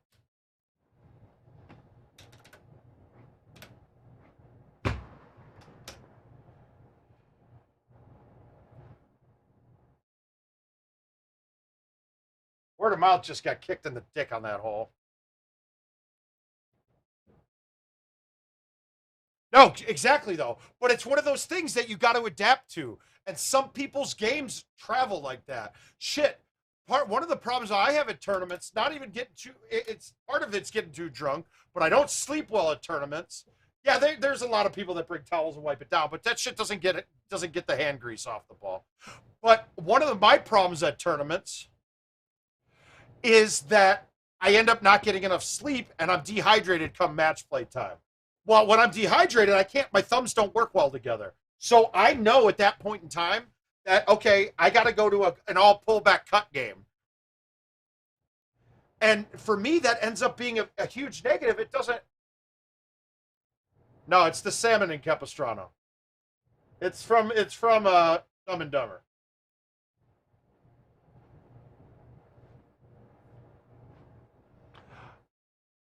So you just have to know how to adapt, and it's those people that's game adapts.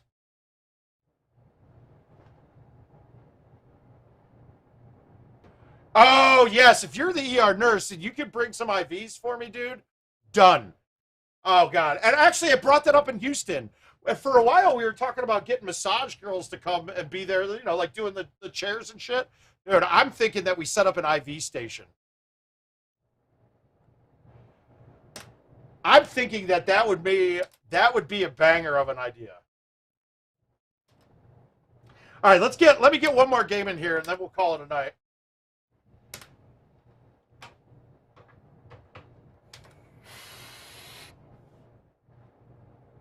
Okay, that's weird. Why is my chat? Hang on, I gotta read.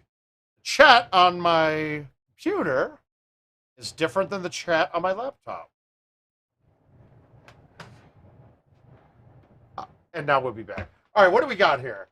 Jason's talking about Forest. Jason's talking about Forest, but we got some one dares. All right, I tell you what. God, I don't want to play all these right now. Which one of the one dares you guys want to see? Cape, Auburn, or Tropical?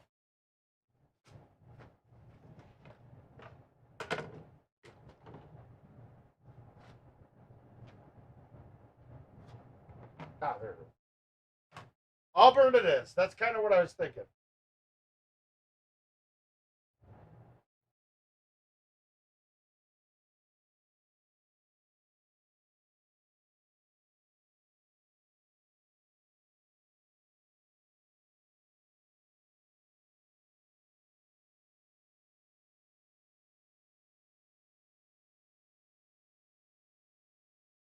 All right, so Auburn is one of those courses that I can tell you exactly what to hit on every shot and not execute it. Now, on this course, I dumped the 8.5 and went to my 9.5 bag. And there's a couple shots why, and I'll explain them when I get there.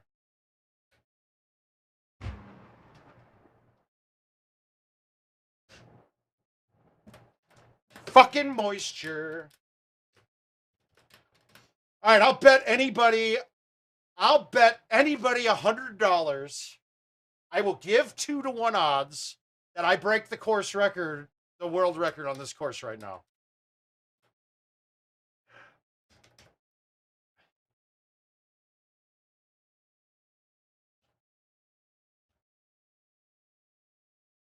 $29 on this would be impressive, Jason.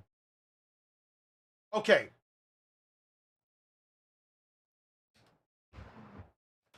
Here we go. Guys, this is a crazy shot, but it works.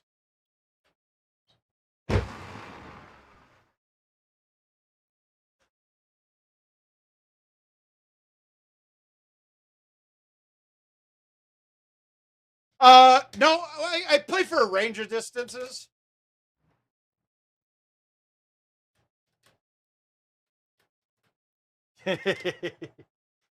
Well, that's for me to know and you to find out. Hey, Drew, what's going on?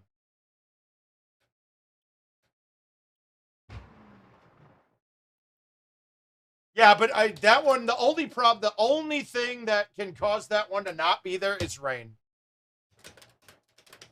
With Stouts, wind doesn't even matter.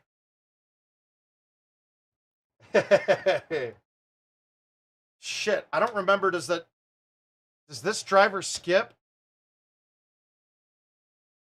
I don't like this look at all. All right, fuck it. We're going to try it.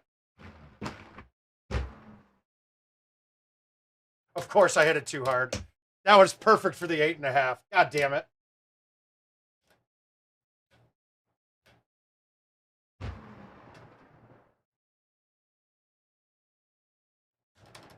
That was perfect for the 8.5. It would have hit the water a little earlier, then hit the hill and bounced right up. Oh well. All right. My first look on this hole is Can I hit a C3 and get down to the bottom? No, I can't. So now I need to put this pretty far up. You'll see. I don't think I got it far enough up. So now I got to come up with something. Oh, no, I got a lane.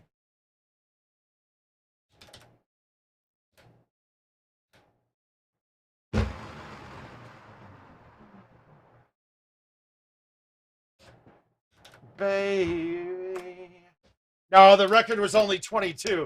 And I'm glad nobody took it because I could easily tank that. All right, we got a pin on the right. It doesn't really matter where you put it, except not in the water, and I did put it in the water. How the fuck did I do that?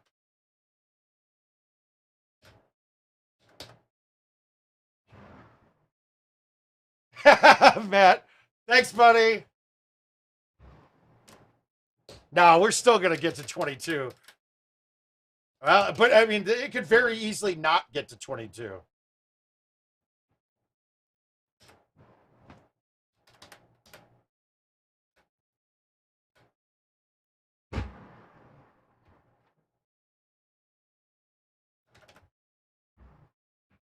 Yeah, it was 108, baby. No, that was bad. That was the wrong kind of moisture.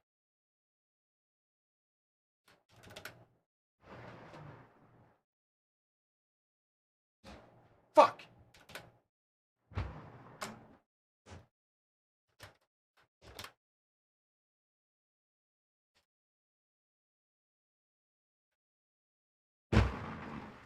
I think this hole was probably the hole that I got 120 glitched the most on before we knew what it was.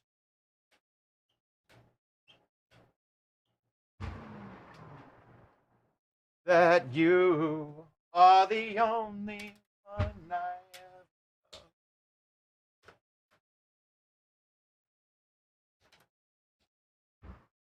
Yes, probably a smart play, but I think I could still get to 25, 26. We'll see.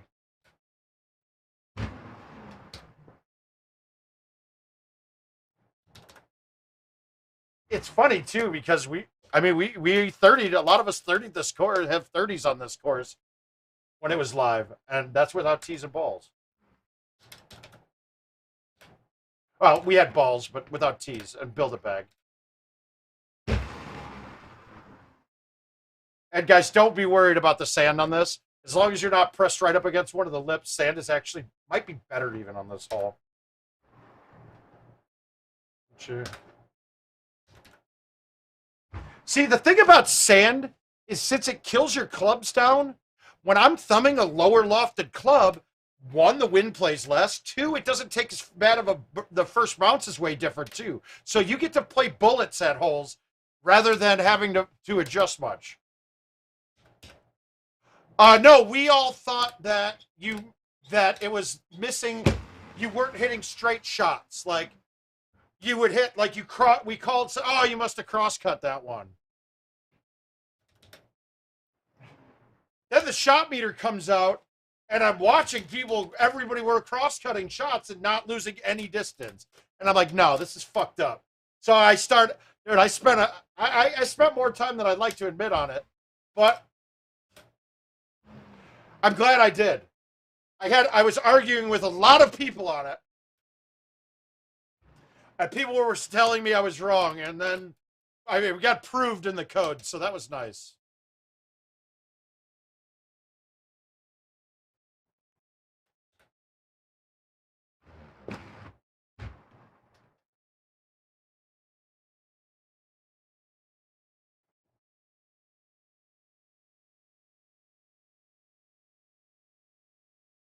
Wow.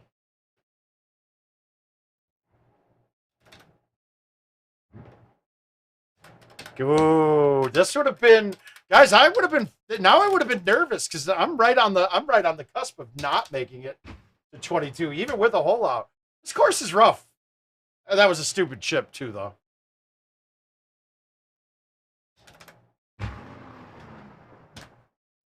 At a one-night stand, but I still need love because I'm just a man. Yeah, dude, it would have been coming down to this shot where you got to stick this. I got to stick the strip, and this is not a good shot to stick the strip on either.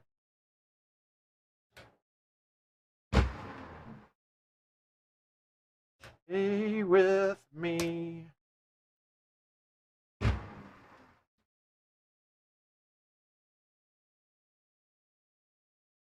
Love, it's clear to see.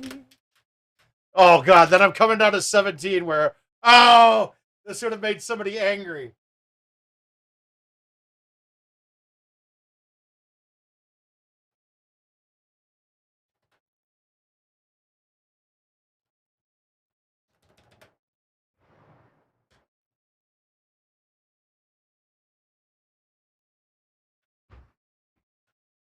Damn it. I thought I canned that.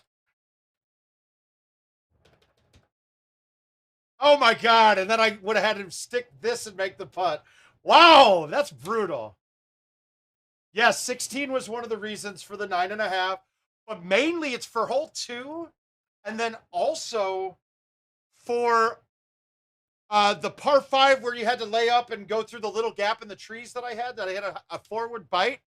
So if I fuck up that shot really bad and leave myself no gap, you can hit the driver with roll into the hill, and with the 9.5, it goes under the first tree and then hits the hill and goes up in the air.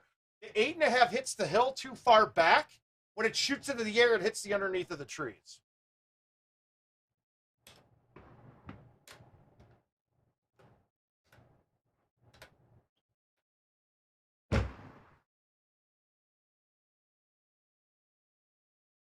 Woo. Yeah, I did it. I broke the worldwide record. Yeah. And that's on my machine. The worldwide record was 22. All right, I got that Cape Haven too. I'm going to knock that out. All right, this is going to be my last game. But the strip hole, I find that if the wind is away from the strip, going right to left, I hit the 10.5. If it's going left to right, then if it's going left to right, then I'll hit the 9.5 or the 3 wood. And that's just because the 10.5 cuts more. It's easier to cut into the wind.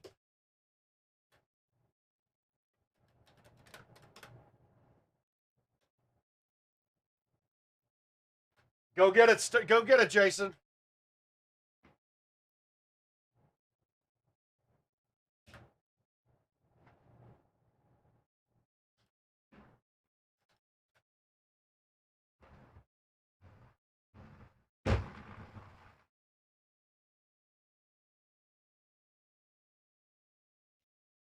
All right, I got to see if I can chush it all. It's been bad lately. I have not been able to chush it all lately.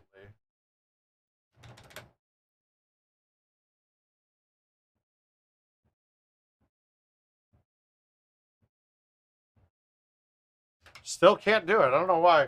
Good night, Caesar. Yeah, you will. You'll see me Wednesday. We got to give away this trip.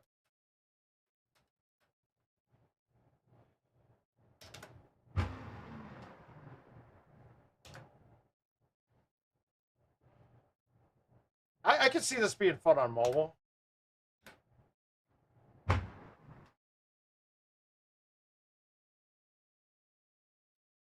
It's a pretty good course. I wish it was par of 28 rather than 26 almost every single time, but we'll be out at 8 p.m. We're going to do the raffle probably 9 p.m., something like that. I don't want to give away all the goodies and have everybody leave.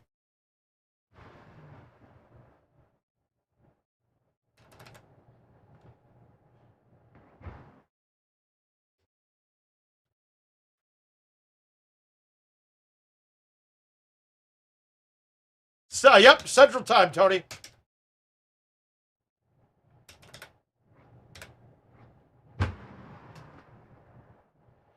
So this is always where you're going to put it.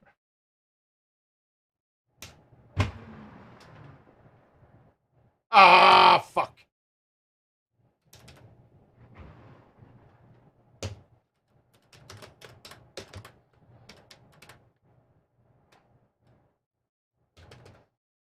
This is probably one of the harder holes.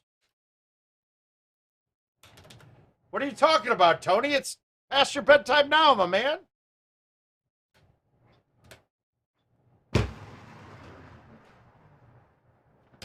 For some reason, this hole carries a shit ton. Oh, fuck you. All right, so that means now I got to tell a story, right? So, we're in St. Louis at Redbirds, whatever year course this is. What is this year? 2014, I'm thinking, something like that.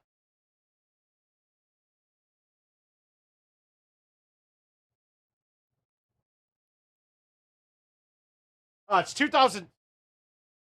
This is 2016.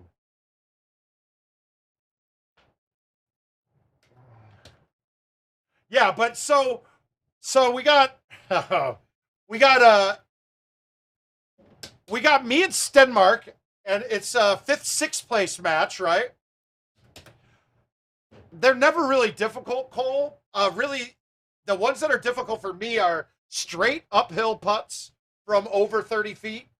I tend to have them leak side to side on it. Otherwise, not there's not really a distance that makes a difference. But straight up tens are my worst putts. That's where I'm going to have the most flat putts and flat putts from over 75 feet. I miss those more often than not. I wouldn't call them difficult, but still don't like them. But here's the story. So it's the match. We're in seventh, eighth right now, and the winner goes to fifth, sixth. Stenmark was currently on a streak of not missing the Calcutta. So in this case, it was a larger tournament, so it was top six. But he hadn't missed a Calcutta in 2 years straight of tournaments going into this. So I want to say I'm clean going into 18, and I'm up by 2. All right, so we'll leave it at that for now. I'm up by 2 going into 18. If you remember this course, 18 isn't a gimme shot, but if you're good, it's you can play it to be super safe. Oh, this is Cape, not Sandy. You're right. I looked at Sandy. Yeah, 2013. You're correct. No. Okay, yeah. Yeah. It is 2013.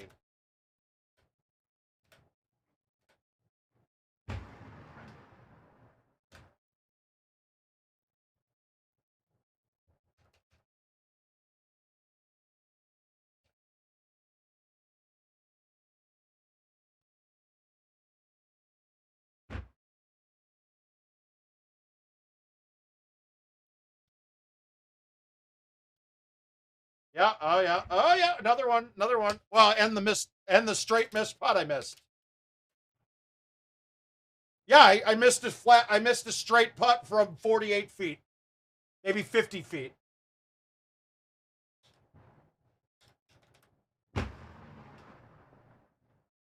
And then I missed a 6-yard chip as well. I missed a 6-yard chip on 8 to lose, and I missed a 40-foot putt to win, or 50-foot putt, something like that.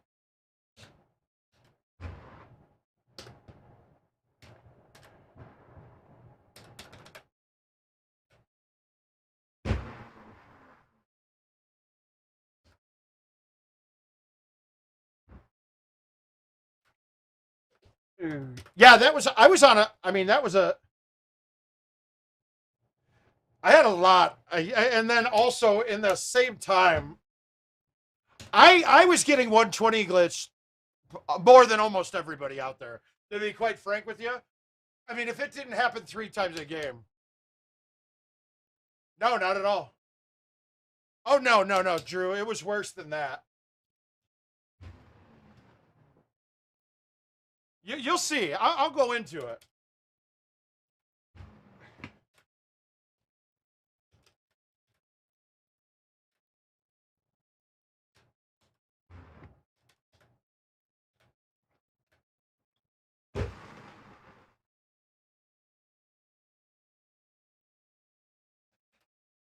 Oh no, not at all. No, I yipped the putt. I mean, I didn't yip it. It just it was an up 4. it was an up 4 that I thought had a left in it, and I played it a little bit right and missed it way right.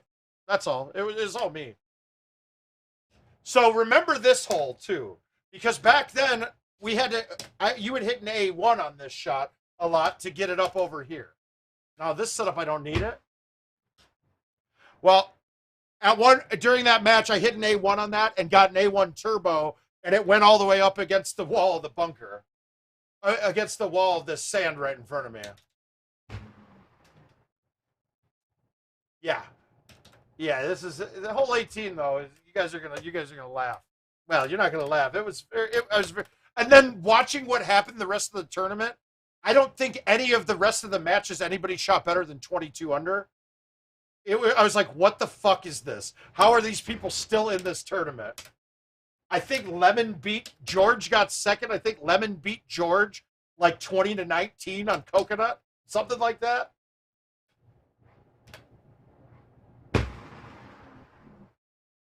Gonna lie.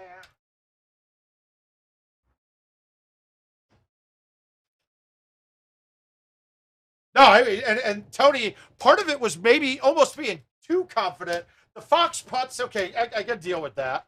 I miss short chips a lot. That's fine. The Stenmark one, though, was just the biggest kick in the dick ever.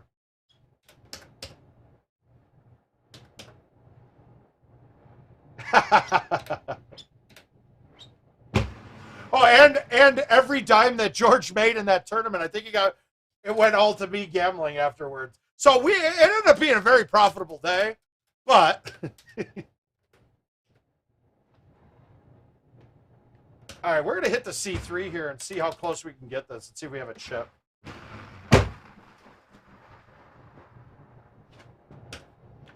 Guess what? That's a chush. If I can get a chush to go.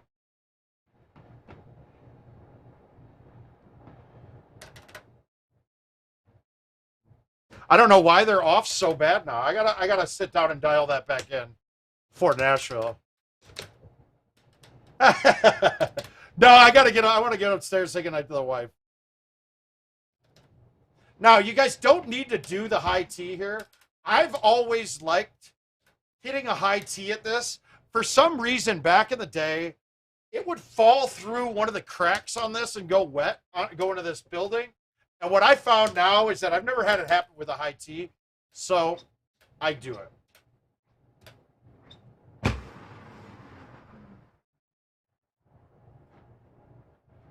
And now it's a cake shot coming in.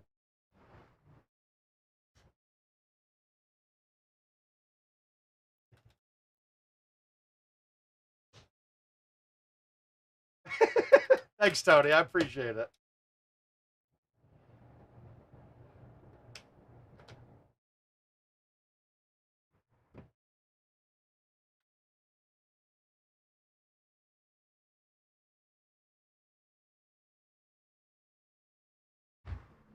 All right, so it's 24-22 coming in here, right?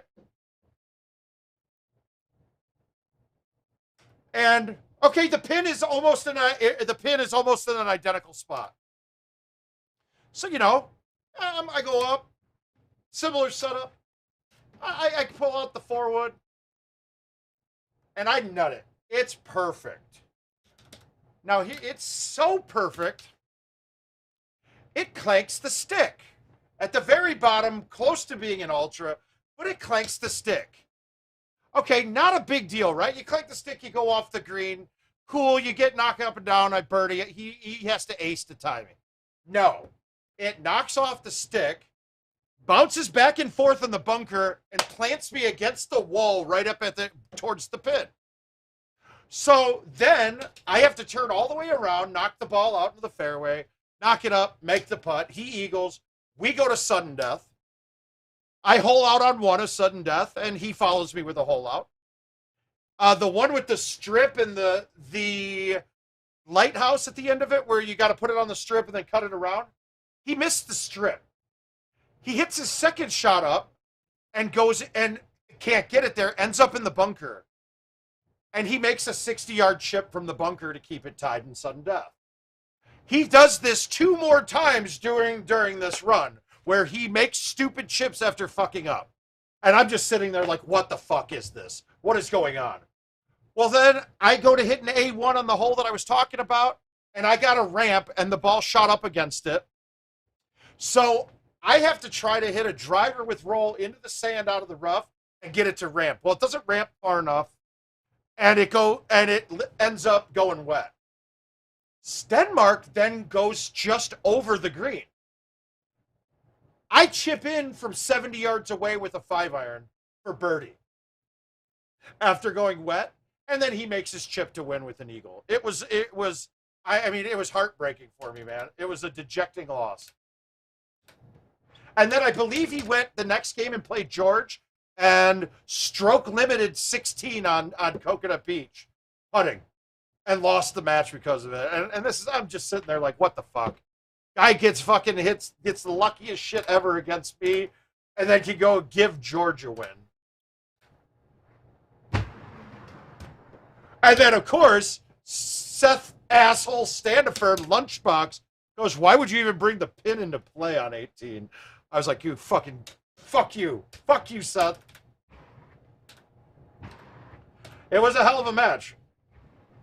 Oh, cool. That doesn't come out. It didn't come out. Awesome. Yeah, guys, my headphones are dying too. So I'm going to call it a night. Jill would understand, but it's not about understanding. It's about me wanting to love on my wife. God, that was so gay. Don't ever tell anybody I said that. Well, we'll see you guys Wednesday. Get ready. We're going to do the raffle on Wednesday. Look for about an hour after the stream starts. And, hey, we'll see you then. Thank you guys for all the questions tonight. It was great. I appreciate it. Love you all. Good night.